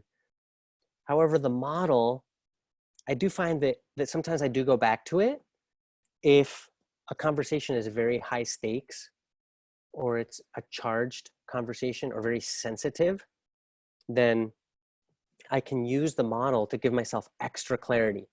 Like, okay, what's my clear observation? I might have some story about this person, so I need to be clear. Oh, I'm telling myself a story. And so what am I actually observing? Observable behaviors. What did the person say or do? Or what other things am I witnessing at that level of just the neutral facts? And what am I feeling in relation to that? Because of what need? And what am I wanting of myself or the other person? So a different metaphor for the model would be the spelunker's lifeline. So like those deep cavers that go into these cavern systems, they tie a rope at the entrance of the cavern system so that once they're deep down in the caves, if their light goes out, they lose their battery, something happens, and they're in the pitch black, they're not stuck there. If they lose their light, they've got this lifeline, they've got this rope that was connected to the entrance of the cavern system. And so it's like most of the time my hands are off the rope. So the spelunker's lifeline, this rope is another metaphor for the model. Most of the time my hand is off the rope and I'm just doing my thing. and I'm just enjoying connection and conversations happen. But then sometimes I might need to have extra clarity. And so my hands go back on the rope and I walk myself through the conversation. I walk myself through observation, feeling, need, request. So that's another metaphor for the model. Now, we want to remember the purpose. The purpose is a high quality of connection so that we can have win-win outcomes, mutually enjoyable, mutually agreeable, mutually enriching outcomes. And one misconception that people have a lot about NVC is that it's about being nice.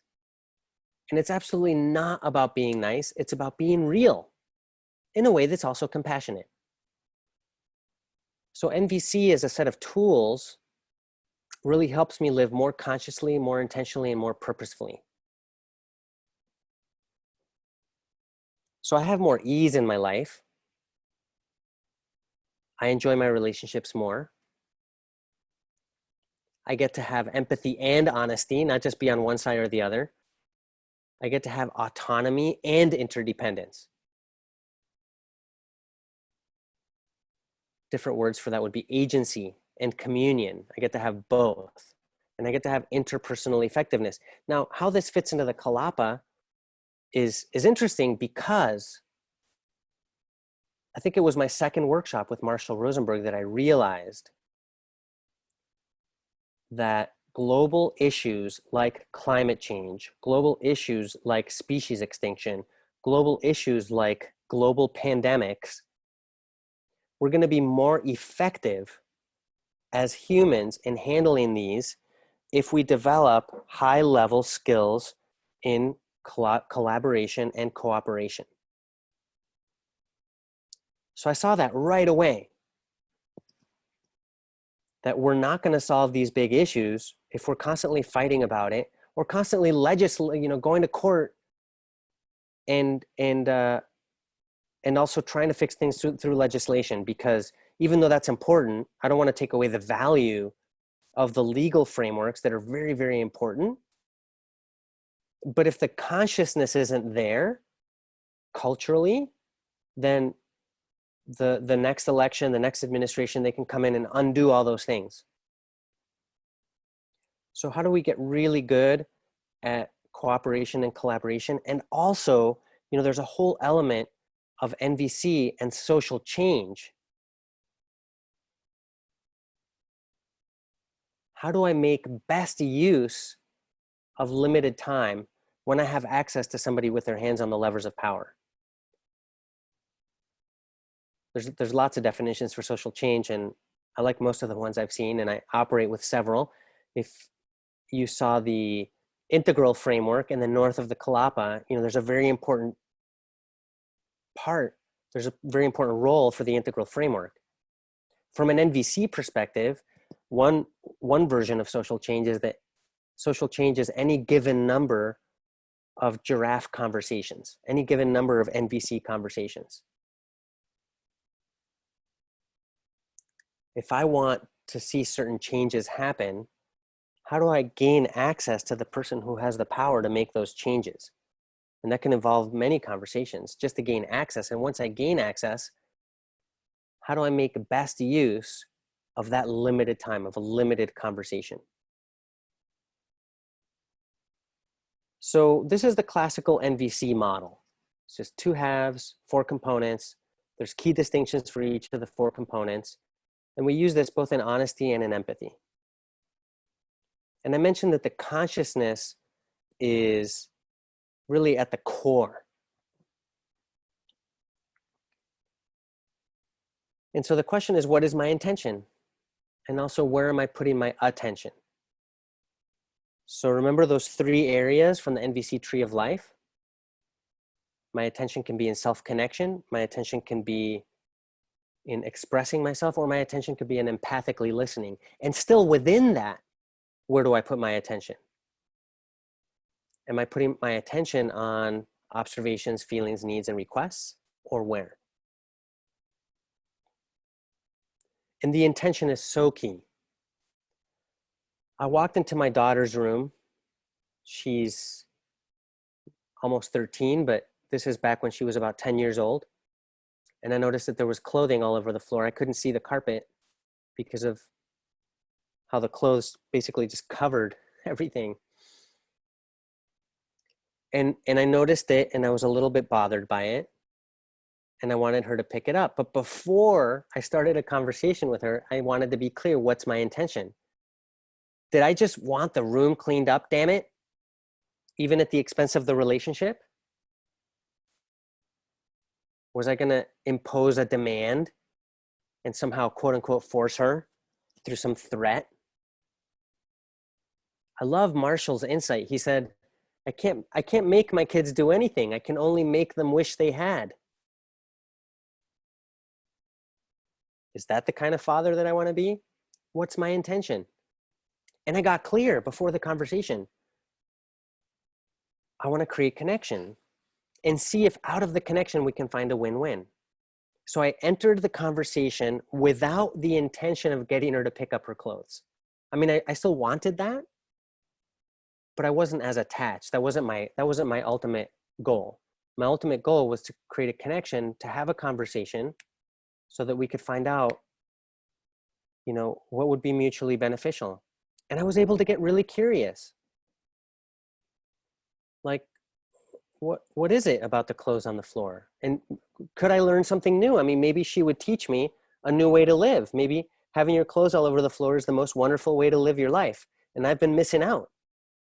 So was I willing to be open to new information or a new perspective? And I got curious, how did this happen? How did it end up like this? And so it turns out that it was around her need for conservation of energy when she gets home from school. It was easier to just throw the jacket off and throw it on the floor instead of taking the extra 2 or 5 seconds to hang it on a hook or on a hanger. And so we just explored it. We had a connection. We had that back and forth. If you remember that diagram with the 2 hearts, we stayed there before going to a solution. Now, once we were connected, I said, well, I got clear, that she probably would enjoy her room more if it was picked up as well.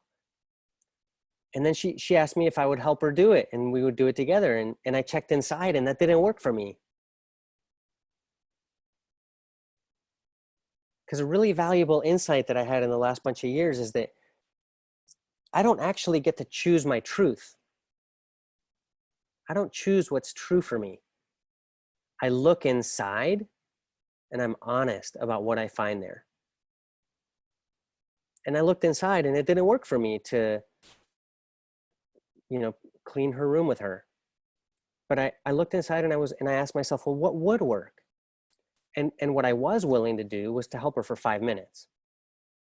And in that 5 minutes, I was able to get her over the overwhelm of so many clothes. And then she was able to complete by herself after that. So just be really conscious. What's my intention? Am I trying to get my way? Am I trying to be right? Or is my intention just a high quality of connection? I want to create connection here to see what could be a win-win. And now, can I choose where I put my attention? And where am I choosing to put my attention? So let's talk briefly about NVC for appreciation and gratitude. I actually moved through these slides a little bit faster than I thought I was going to. So we might have time for a little bit of practice. And what I'd like to do is ask each person here to think of someone in your life who did something that you really appreciated.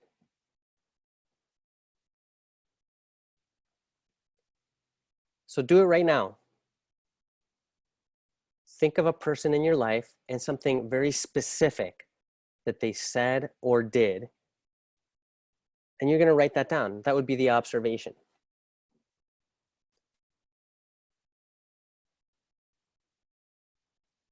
So that could be something like,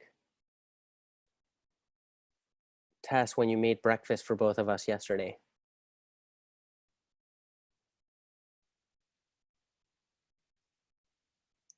in this moment, when I think of that, I feel a lot of gratitude, and it really met needs for support.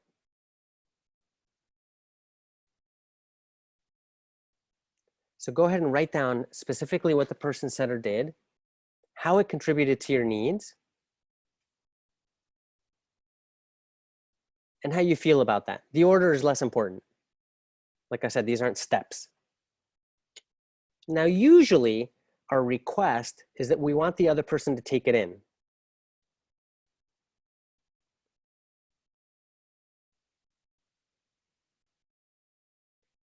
But if they're not able to take it in, we might have some other request. Or let's say they do take it in and then we're curious, God, I wonder what that's like to hear that. We might request that. What's it like to hear this appreciation? So we might have a request of the other person.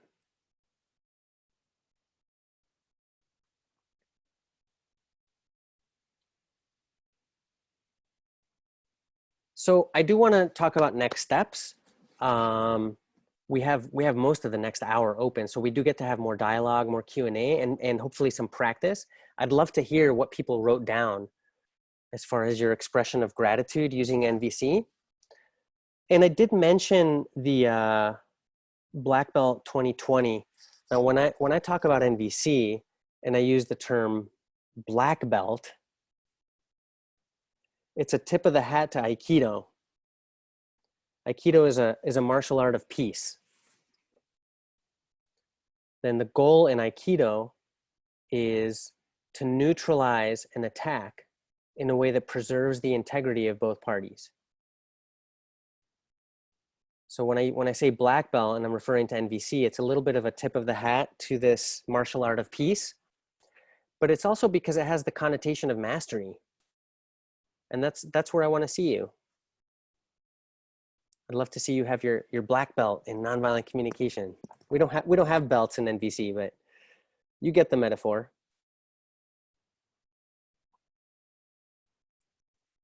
And we have a code. We actually decided this morning, Tess and I decided, hey, you know what? We want to give people in Kalapa 2020 a discount if they join the black belt course. And so there's a special code, and it's Kalapa 2020, all lowercase. And in fact, I'll put it in the chat. And again, I'm not saying you should. I'm not saying you should join our course. But if you want to, and if you want to, check it out and deepen in your NVC knowledge and skills, Tess just put the special code. Here's the link. And if you put, it's all lowercase, Kalapa 2020. You put it in the little box that says special code, and then you have to click on the button that says apply. If you don't click the button that says apply, it doesn't apply it. So you have to click apply, and that'll take $100 off that course. So I wanted to mention that. We're doing that just for people in Kalapa. And I'd love to hear any examples of what you wrote down for the NVC appreciation, and also just open it up in general, just for Q&A, interaction, and we could do more practice. There's one exercise that I really, really enjoy, and it's an embodied self-connection exercise. If you've never done it, that's one thing that we could do within this next hour. I'm guessing people can unmute. You can just unmute yourself if you have something to say, or you can raise your hand on the screen and Tess will unmute you. You can also ask a question in the chat if you prefer. Or you can ask a question in the chat. Thank you, Tess.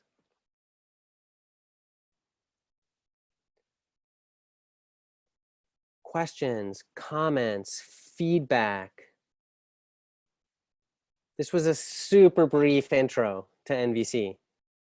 I kind of ran through it. I like to do my intros in about 6 hours. I like to have a lot of space for exercises and practice. Hi, Serena. Hi.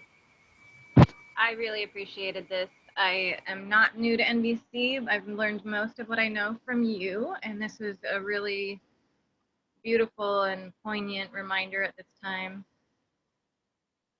Extremely poignant. I Mm. really appreciate it. I guess I do have a question.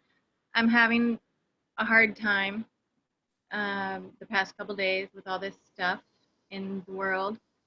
I'm in a little bit of a negativity bias, and I'm having a hard time thinking of anything that I appreciate that anybody else has done lately. Mhm, And mhm. I mean, I can think of some things. Yeah. And so I can think of some things that are kind of like, well, I kind of appreciate that, or I appreciated it when it happened, but I'm not. What I want is to really tap into that gratitude. And I Yeah. have tools for that, but I Yeah. am also Good. super curious about, do you have tools that you'd want to offer us about how, when we get into that dark zone of negativity bias and real Yeah. jackal mind, So many. yeah, how do we get back to giraffe for ourselves and other people? Thank you. Yeah. Well, the very first thing I do, Serena, is I enjoy the Jackal Show, because you noticing that you're having this negativity pattern or whatever is happening. Um, if my first impulse is to get rid of it, then I can fall into the trap of trying to suppress it or deny it. And so first step is I want to acknowledge it, because if I fall into suppressing or denying it, I'm just pushing it down. I'm not making it go away. And you get a little bit of like the balloon syndrome, where like if you squish a balloon on one direction, it bulges out in other directions. And so there's a real fine line between transcending something and suppressing it. So we want to give it a green light, just like, oh yeah, I'm in this space and this is what's happening and this is what is. So that's the first thing, is just like being real. So I hear you doing that. The other thing is that, gratitude is actually a practice for me. So I will sometimes just lay in bed and do a brainstorm of everything I'm grateful for. And it could be just like, I'm grateful that I'm in a bed. I have hot water coming out of my shower. That's fucking amazing. Because if you've ever been somewhere where they don't have hot water or even running water, the difference is huge. The quality of life that I get from being able to step into a hot shower, oh my goodness, versus when I was visiting my friends in the high desert in Mexico, and all there was a little tub and a coffee can, and I had to like cold water coffee can, it's real different. So just the small stuff. So I ate today, and starting there. So part of cultivating gratitude for me is learning how to tune my antenna, my internal antenna, learning how to tune it to that vibration of gratitude. And the more I cultivate the attitude of gratitude, kind of like the more easy it starts to come. So one of my mentors used to use the expression, what you appreciate appreciates, as opposed to depreciates. So what you appreciate increases in value. So when I put my attention on gratitude and appreciation, I start to get more of those things. Like more of those things start to turn up in my life. At the very beginning of this, we did a reticular activating system reset. We did a reset for the reticular filter. So, and gratitude is a huge part of that for me.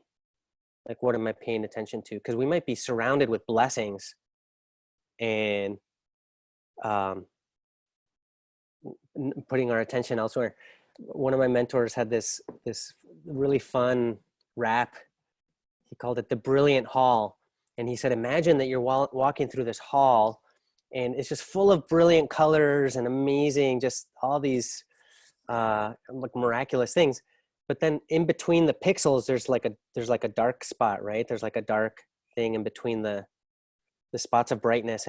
And what so many of us do is we go like this into the like little dark space. We're like, no, it's all black.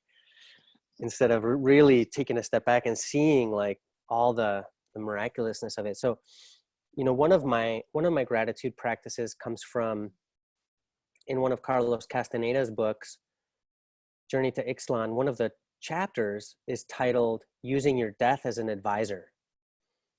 And the author, Castaneda, the character of Carlos, who's mentoring with Don Juan, Don Juan tells him, hey, your death is real and it's just a matter of time, but just consider it a fact. And your death is stalking you. And he says, next time you're freaking out, turn to your left and your death is there. And ask your death if what you're freaking out about is a big deal. I went to the store and they're out of disinfecting wipes. And to what extent am I going to freak out about that? But then I can turn to my death and be like, is this a big deal? And every time my death is like, no, this is not a big deal.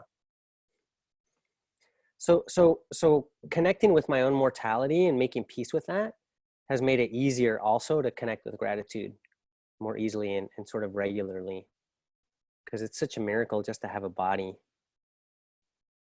to get to incarnate on planet Earth. It's pretty mind-blowing. I mean, we are in deep space. We're flying through deep space on this little blue rock. What? That's pretty wacky. Anyway, go ahead, Serena. I just wanted to share with you that really worked for me. And Yeah. Just now, I was able to listen to what you were saying and let it seep in and connect in the ways that I was looking for. So thank you. I want to share, since it's so timely, that I drove my best friend to the doctor to get tested for COVID this morning, which is why I was late for our call. And so I've been in a high stress emotional space for the past while, but especially the past few days. And she's already gone to get tested before, so we didn't know what they were going to do, because they are screening everyone so heavily before they'll allow someone to be tested and all that stuff. So it's been crazy. So today they called her in urgently with a suddenly available space and test available for her, and said, come in and get tested. And they said she will know in a few days, but because she's had it so long already, which has been almost 2 weeks, and they're seeing how she is, that even if she does have it, we know she's out of the woods already. And I had kind of forgotten that in the past couple of hours.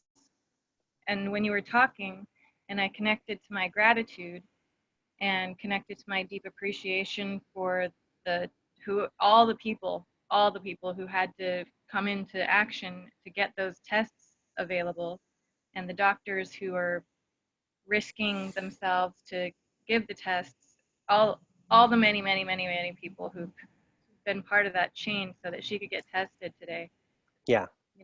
Just really connect into appreciation for that. And then I finally was able to get to that place of gratitude and to feel a different layer of the fight or flight let go, because of remembering that even if she has it, they already said she's okay. She's out of the woods. And all it really means is that we just need to take extra precautions against spreading it to other people.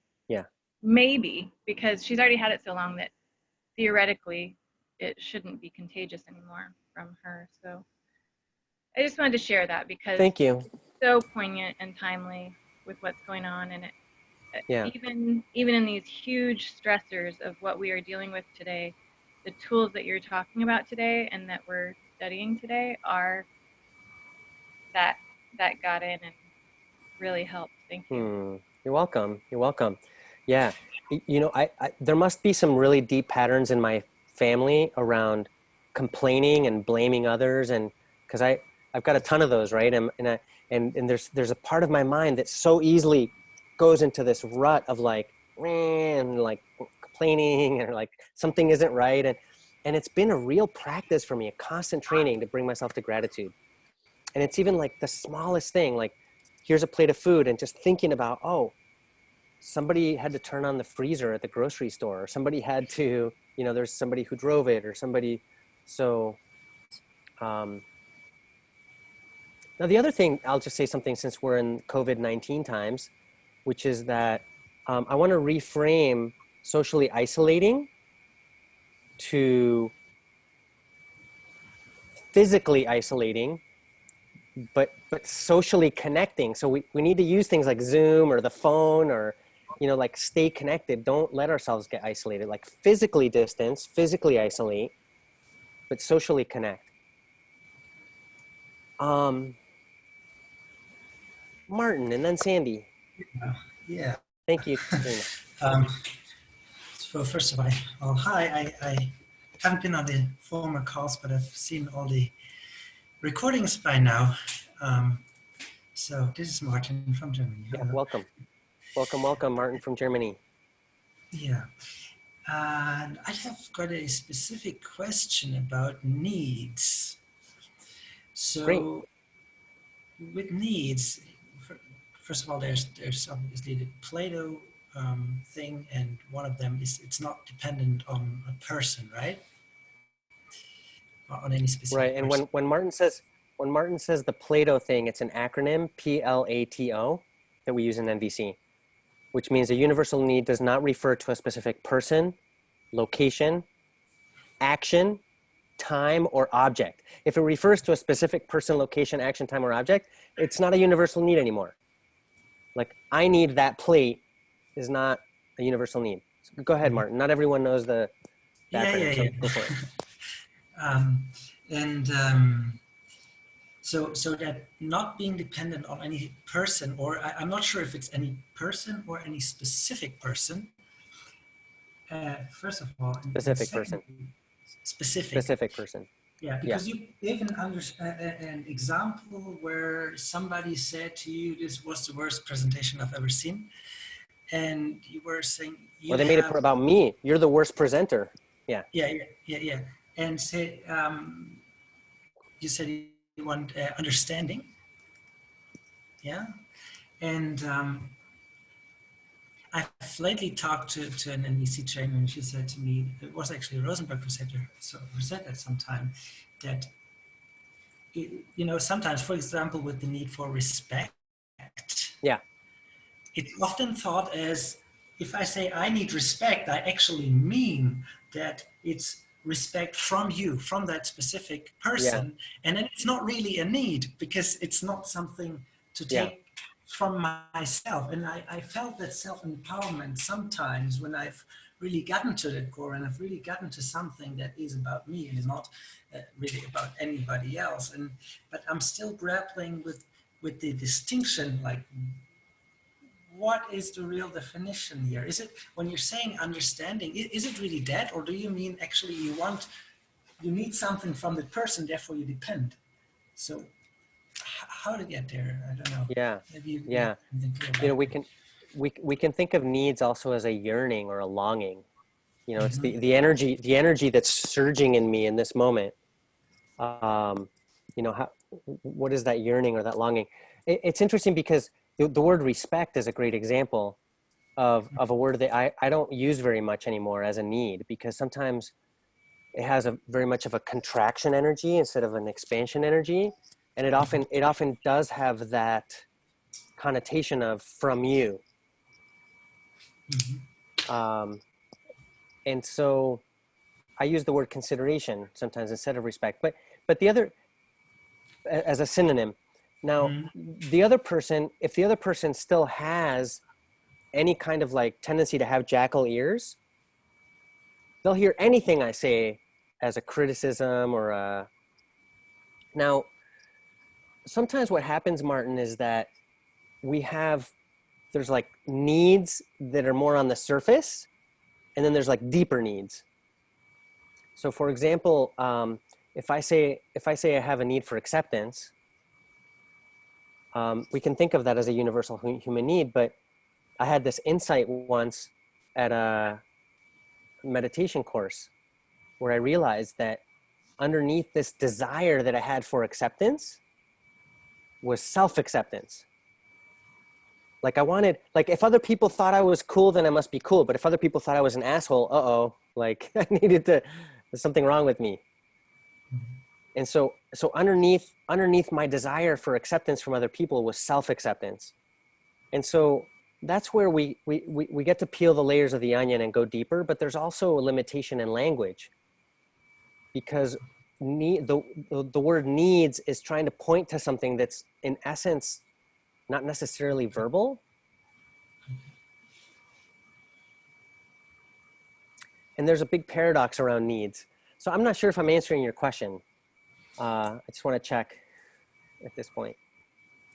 Let me try what I've gotten. So what I've taken away is that expansion thing that may help to explore whether or not I have arrived at a real need. And the last thing you said, gosh, it just fell out of mind right now. So you went to self, so yeah, there's self-acceptance, self-respect, maybe self-understanding with the example that you used before. Mm-hmm.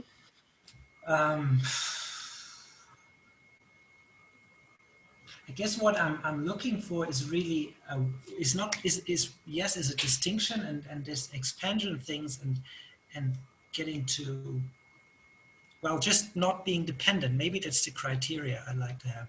Well, yeah, there's interdependence, right? it's a tricky one. It's a really tricky one because we don't exist in isolation. Yeah. And we have this old myth of the rugged individualist. And so there's a trap. There's a trap in NVC of thinking I'm responsible for meeting all my needs and therefore I don't depend on anybody. And we do have interdependence, interconnectedness, interrelatedness. So it's a tricky one. So it's about it not depending on a specific person at a specific time or a specific action. Then we're getting more toward a universal human need. Okay, well, that helps for now. I realize I'm also confused about my own questions. Sure. Well, as your question gets clearer, ask it again. Cool. Yeah. Thank you. Sure. Yeah. Thank you. I want to say something more about needs because they're so tricky to understand sometimes. If I see someone who's very ill and they're suffering, and what arises in me could be a feeling of like a sense of care, or compassion, or it could be a sense of disgust, but whatever it is that's coming up for me around my need for health. But I'm perfectly healthy, thank you very much. The person who's sick is over there. But whatever that compassion that's coming up for me is in relation to my own need for health. Or let's say that I see somebody who's very hungry. So what arises in me is my need around food and nutrition, but I ate a good breakfast, thank you very much. It's still my need.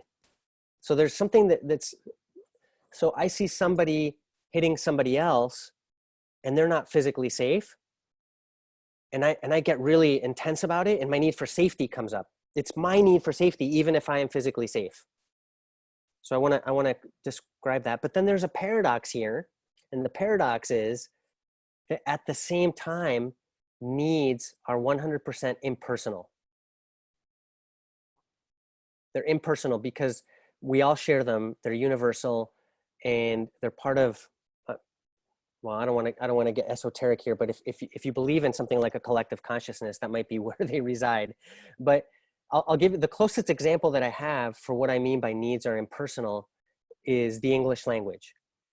The words that you're hearing from me now are my words, but at the same time, they are not my words because I didn't invent the English language. The English language existed before I was born and it'll exist after I die. So in every single way, my words are not my words because you can find them in the dictionary and I didn't create them and they're not mine. But at the same time, they are my words because I'm the one speaking. So needs are like that too. There's a paradox. It's like, it's my need that's coming up, but at the same time, the needs are impersonal. There's a bit of a paradox there with needs. Cool, I love that. I just wanted to add a little more nuance to it. It's really tricky. I went up to Marshall during a break in a workshop and I said, Marshall, this thing with needs, give me one more definition of needs. And he said, needs are how life is seeking to show up in this moment. How life is seeking to show up in this moment. And so what happens is we have all this energy in our body and we don't know how to describe it for someone else or even for ourselves. And the feelings and needs vocabulary helps us to take this thing that's pre-verbal and bring it up into the verbal conscious mind. So I'm taking something pre-conscious and making it conscious. You can go transverbal and superconscious later. We looked at that in the integral framework a little bit. But right now we want to go from pre-verbal and pre-conscious into the conscious mind, and that's where the developing feelings and needs vocabulary is so helpful, both to identify things in me, but also if we're looking to create connection. I'll say one more thing about this question about needs and respect and like some of these different needs. There's something valuable about having all these key differentiations very clear. And we don't want the whole thing to become an intellectualization process. We want to go back to the purpose, and the main purpose is connection. So if we're connecting, it almost doesn't matter so much which words we're using, because that's the purpose. The purpose is that we're creating connection, we're understanding each other, and we can resolve our differences without violence. I think if the purpose is met, then I let it go a little bit, whether the word hurt is a feeling or not, for example. That's another one that's right on the line, hurt. I want to make sure people know it's a noun and not a verb. In English, if I say I'm feeling some hurt, if I say I'm feeling hurt because I have a need for consideration, the other person is very likely to stick in the words by you. They can hear blame if I use the word hurt as a feeling and don't clarify that it's a noun. So if I'm going to use the word hurt, I will say, I feel some hurt, or I feel a little bit of hurt, or I feel a certain degree of hurt. Then it's super clear it's a noun and not a verb. So that's one of those words. In NVC, some people come to these intensives and we're doing a very valuable kind of word yoga. We're like splitting hairs on like the words and the meanings, and that's valuable, but ultimately come back to the purpose. And if the purpose is served, then good enough. Thank you so much for all that input. It's sure. a really rich thing for me to know. Yeah, awesome. Let's see, Sandy, do you want to share the thing you were going to share?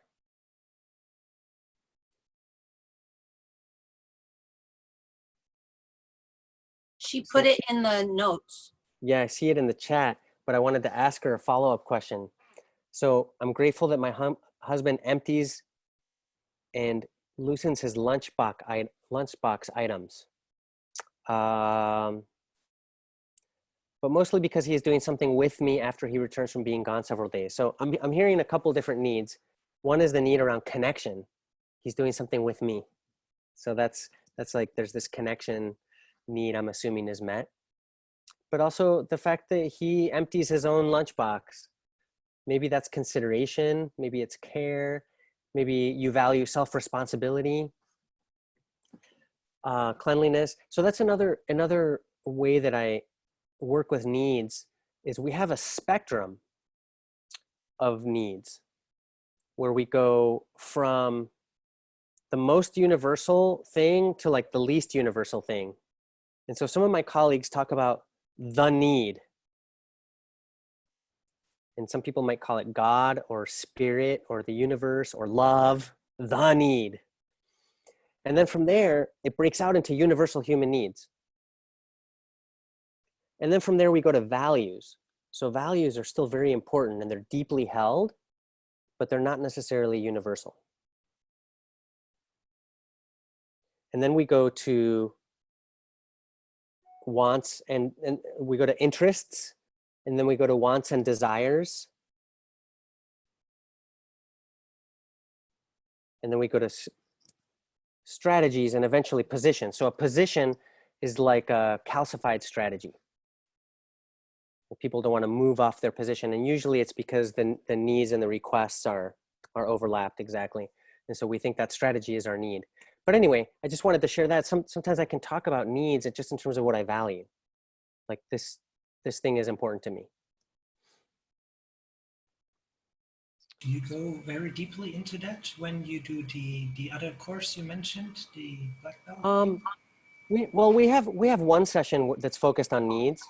I mean, really, the black belt course is really the deep fundamentals. So we'll spend like a whole session on on the components of the framework and the key differentiations, but we don't go that deeply into it. I think I have a graphic for this spectrum of needs that I could share with you. We go deeply in it insofar as, you know, where it's important to me is the practice. So it's on the practice calls. But then it's like, is connection happening? And we get to role play things and practice things. I'm curious whether there are other questions or comments or feedback. Amy. Something that is challenging for me has to do with requests and demands. And I notice for myself that if I notice that someone's making a request of me, but they're very, very attached to that the request, I have a hard time telling if it's a demand, and my response is haywire. And I'm wondering if there are ways of gauging if someone's, I want to get more clear on that area. How to tell whether it's a request or a demand. Yes, and I mean, maybe a tangential question from that is, how do I be okay with someone's disappointment without making that a punishment of myself? Instead of, I don't think they're intentionally punishing me, or can punishment be unintentional? And at what point does that become actually they're punishing me and it's not just my, you know? Yeah. Is that clear? Well, what I'm hearing you say is, when you do say no to someone and they feel terribly disappointed, how do you handle that? And how do you work with that in a way that you don't take it personally, or you don't take it as they're punishing you somehow? Because I'm guessing Yes. you're feeling guilty. That's very much my experience. And I'm curious to be able to tell, like, at what point do I say, oh, actually they had made a demand? Or is there a way for me to reassure myself, okay, no, that they did make a request based on their response? Is there a way for me to gauge that either before or after I say no? Yeah, so there are a lot of questions in this one. So the first piece is that you don't really know for sure if it's a request or a demand until you give them a no. Now, the difference is, like, I might make a request of you, and if your needs matter equally to mine, it's a request. Now, it might be I'm still disappointed when you say no. I might still feel disappointment and frustration and sadness, but your needs still matter. Your needs still fit in the framework of what I consider to be important, then it's a request. I may feel disappointment because of other needs that were tied into the situation for me. Now, it's if your needs don't actually matter equally to my own. If I just want the thing done, whether or not it works for you, then it's definitely a demand. So if the other person being disappointed, it's really hard to gauge. It's the degree to which you trust that your needs actually matter, that your needs are included in what they define as important. Now, if there's a lot of trust between me and the other person, I can actually ask them, and I've done this in some relationships, like with Trisha, the mother of my children. There were so many times when she'd make a request, and I would interpret a demand, but I would check it out with her, and I would say something like, "Is there a wrong answer to this question?" Meaning no, right? Or I would just check it out with her a little more clearly, like just saying, "Hey, I really want to trust that this is a request and not a demand, and I'm curious, you know, how do you feel hearing this?" And so 99 out of 100 times she would say, "No, it's actually a request," and a no would be fine. But only 1 or 2 times she acknowledged, "Oh yeah, I realized that a no would not be okay, and so it's actually a demand." But that's because there was enough trust that I could ask her the question directly. If you don't have that level of trust, then I'm not sure. Now Martin asked, if I find out that it is a demand and not a request, then what do I do? Well, I actually have 4 options, right? the 4 ears. I can judge them back with my jackal thinking, what an asshole. Or I can judge myself. Oh no, I must have done something wrong. I must be undeserving of a yes. You might think something bad about me. Or I can give myself compassion and connect with how hard that is for me. Maybe I feel some disappointment and what are the needs that are there. And I can also try to sense empathically, what is the yes behind their no? In other words, the way that you hear no in NVC is you try to tune into what are the needs that get in the way of saying yes. So I still have those 4 options, even if they say no. Go ahead, Amy. I know that you had a follow-up. I think that covered a lot of it. I think I would probably have an infinite number of questions here. The next one would be, if I sense disappointment in me at someone saying no to a request, is there like a certain level of disappointment that that becomes like, if let me ask a different way. If I feel angry, does that automatically mean I'm blaming them? And if I'm blaming them for saying no, does that automatically mean it was a demand? If their needs matter in the situation, because for me, a demand by definition means their needs don't matter. So I would use that question instead to see whether it's actually a demand or a request. Now, sometimes I have a request, like the other person's needs matter, but I notice I'm really attached to the result. I'm really attached to the answer. And so I've held back from even expressing the request because I noticed that the disappointment of the no would be really hard for me. And so then I sit with it a little longer until I can find another way. Now, okay, sensing that focusing on whether the needs matter is where that distinction can become more clear. Thank you. Yes, and you asked a question about anger. And in NVC, we define anger pretty specifically. In NVC, we define anger as the result of something that I'm telling myself. And usually it has a should. So there's 4 feelings that Marshall Rosenberg put in a different category than all the other feelings. And those are anger, shame, guilt, and depression. And when we experience anger, shame, guilt, or depression, he directed us to look at what we're thinking, what we're telling ourselves. Because he said those 4, anger, shame, guilt, and depression, are a sign that we're disconnected from our needs. So if I do experience, so anger by definition means there's some kind of should. Now, if I'm directing it toward myself, I might experience a sense of depression or shame. But if it's, outward, I would check for that blame. I would check to see if that's there. And my guess is that it's likely, but I don't want to say right off the bat that 100% of the time it would be there. And one thing I'd like to add on anger is that for some people, and I found this to be especially true for women, we tend to conflate anger with passion or a sense of fierceness for our own needs. And those two are not the same. So you can have a lot of energy about something without having blame in it.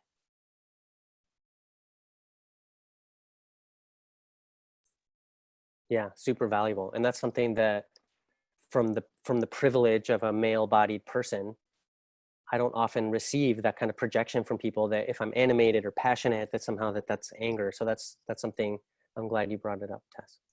Thank you so much for that one. That's valuable.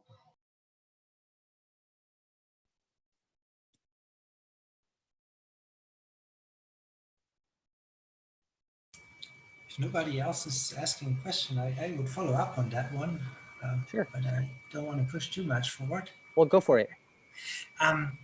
Does it even matter to have that distinction, to categorize, because it's an act of categorization, whether or not it's a request or a demand? I mean, if it helps me catch myself to say, okay, well, the way the energy with which I'm coming across is probably not serving, but on the other hand, I'm worried that if I try to categorize too much, I'll then judge the other person and say, well, you've made a demand, so you're wrong.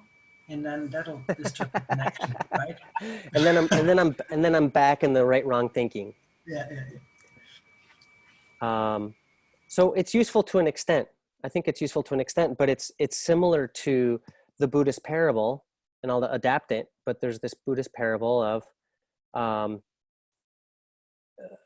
and Marshall sometimes used this parable as well. But the Buddha had a parable of the other shore is enlightenment, and your practice is like a raft that gets you to that other shore. But once you get to the other shore, you don't need to carry the raft with you. So there's some of that a little bit, like the key differentiations, the conceptual distinctions are helpful. It helps get my intellectual mind out of the way, so I'm just open to the flow of connection. But most of the time I'm not thinking about the concepts, and I'm not thinking about, are they doing it correctly or not, because then I'm right back in trying to do it right instead of focusing on the purpose, which is connection. And Marshall said this so many times. He said, if you're trying to speak NVC correctly, you've missed the point. So so that's a big piece of it. Yeah. Now I mentioned that I do a whole 3-hour session just on requests. And so there are a lot of key distinctions that are so helpful, like the 4 criteria for an NVC request. I want it to be doable. I want it to be specific. I want it to be a present request. And I want it to have positive action language. So specific, doable, present, and positive action language. So if it's not specific enough, I might get a vague response, and that might be different than what I actually wanted. If it's not doable, the worst thing that happens is the other person says yes.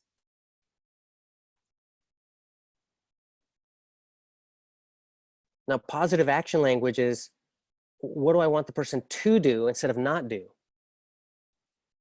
I'm more likely to get what I'm wanting if I tell the person what I do want than what I don't want. And then present means, how do I give the person an opportunity to answer in this moment, to respond now?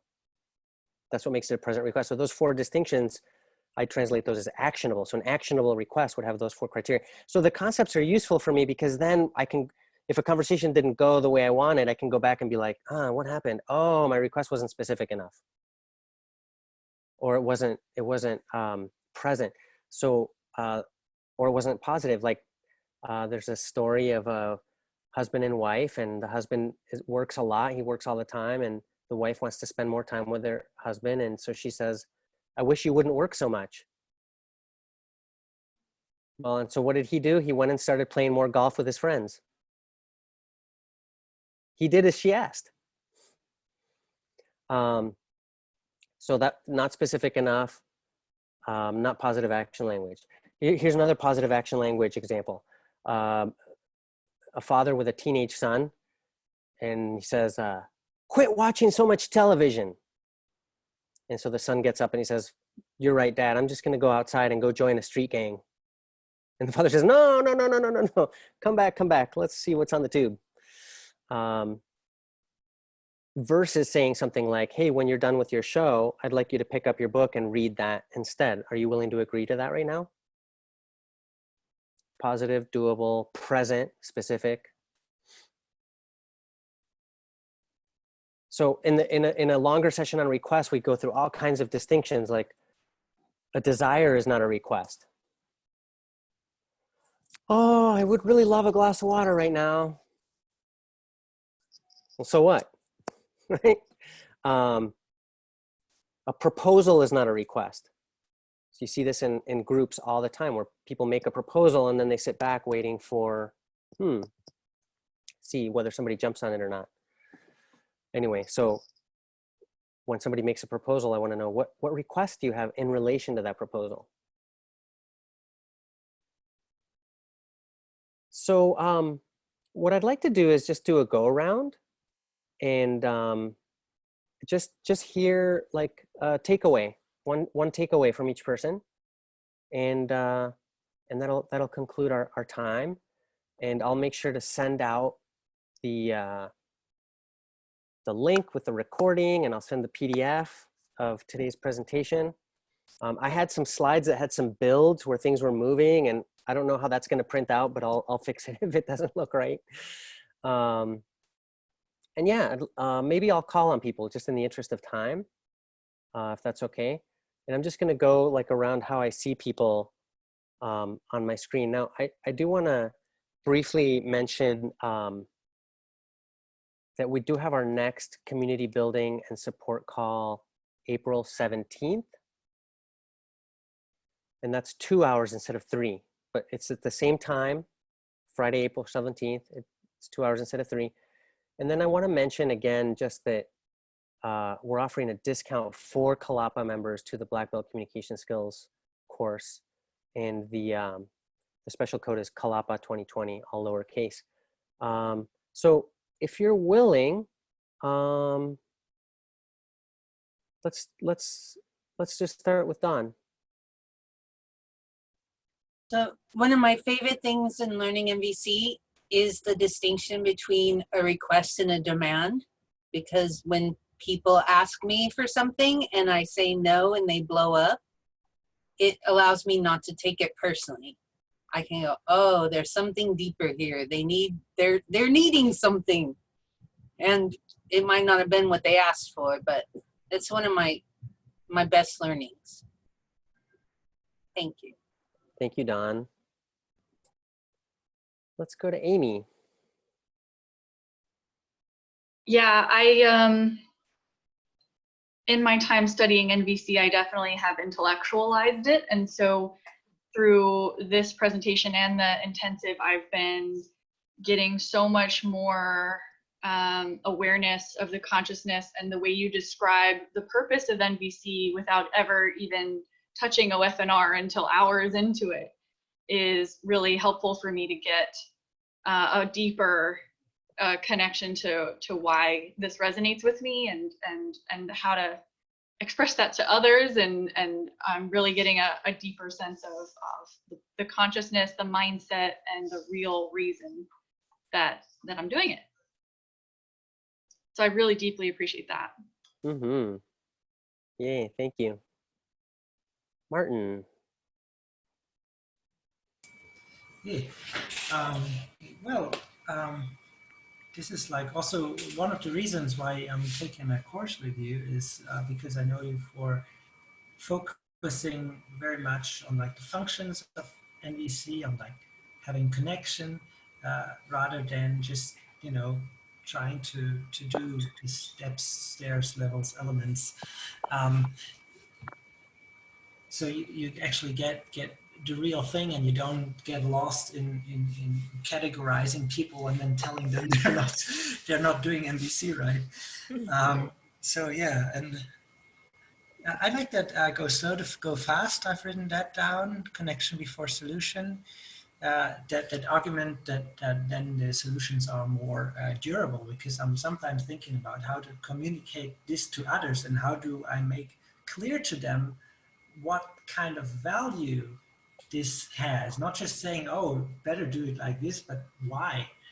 So as a motivation, and there's many places where you edit those motivations, and I like those. Yeah. Mm-hmm. Thank you. I was muted. Thank you, Martin. Tess.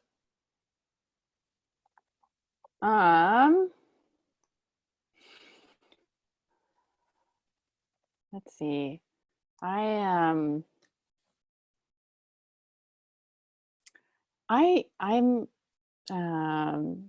taking away a lot of appreciation for the technology and being able to keep meeting even in the midst of this. I remember like the early 90s and, you know, writing letters to people who were far away. So I'm like, yes, this is so great to be able to do this. And also I'm loving how much thinking the question stimulated for me about how do I think about things, and but so this really contributed to my learning and growth. It's just us all being in this process together, then rather than me doing it independently. So thank you all. Thanks, Alan. Thank you, Tess. Let's hear from Serena and then Joshua.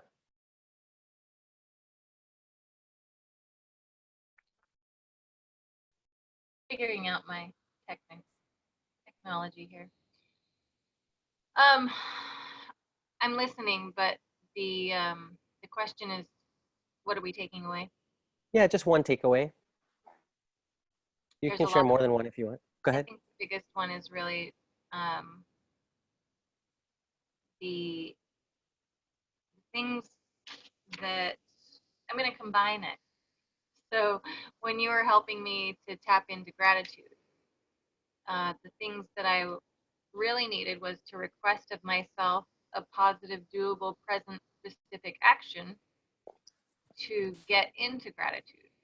And instead of making a request and being able to be clear about what it was that I was needing for myself, it didn't quite get positive, doable, present, and specific until I talked it out with you and you helped me figure it out. Mm. And then once we did talk, I realized that in the future, in that experience, my positive, doable, present, and specific request of myself can be to take the time to be present and do the exercises that I already know how to do, but that list of 4 things that make an NVC request and have such an effective method for that, it applies for me making requests of me as well. Mm-hmm. Yeah. So thank you for that. Awesome. Thank you. Yeah. I think I want to add one piece, which is just that sometimes I don't know what to request because I'm in a little bit of a crisis of imagination.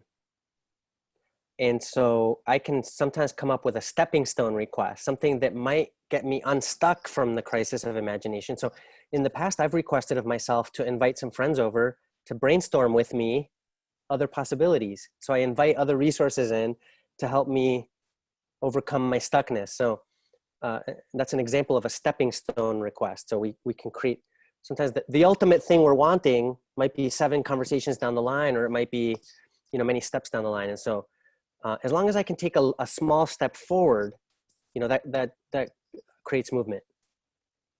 So even just, yeah, you're welcome. And if I can just throw something in, sometimes when I hear a demand, I ask myself, is that what's happening for the other person? Are they just in a crisis of imagination? And maybe I can ask that question. Awesome. Joshua. Hi, everybody. Good to see you. Biggest takeaway, something I just put in my pocket was, is there a wrong answer to this? I'll probably use that later today. Always great to get a good run through, Alan. There's always something that jumps out at me, and this time more than ever, like this is what we've been training for, is to be able to use these tools in times of need. So I really appreciate you being of service, Alan.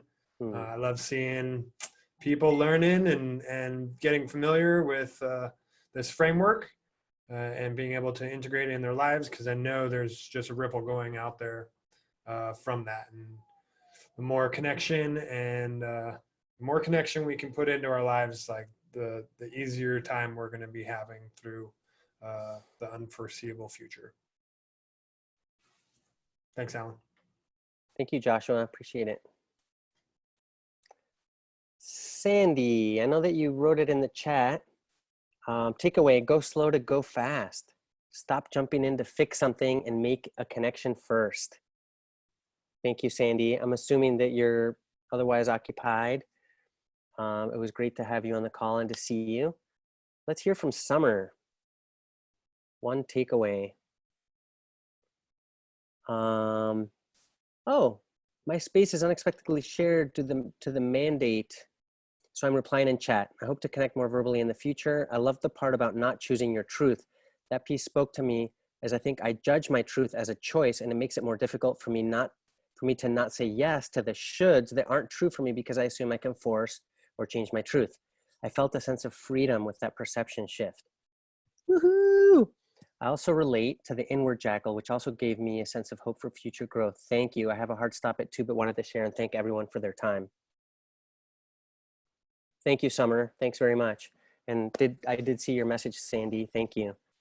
And let's hear from Laura. Aloha. Hi. Aloha. I am taking away that needs are how life is seeking to show up in this moment for me. And I feel like not NVC is a lifestyle, sort of. And being able to ask that question when I speak to anybody at any moment, I think will help me apply NVC to my dialogue instead of what would normally want to just habitually come out. So. Yeah, awesome. Yeah, how life is seeking to show up in this moment. And you know, the other phrase that I really, really enjoy is that needs are an energy that wants to flow, not a hole to be filled. Yes, I like So that. That's what Marshall was pointing to, is how life energy is flowing and how it's showing up. Okay, well, thanks everyone. We're just a minute over. I appreciate that you were here, and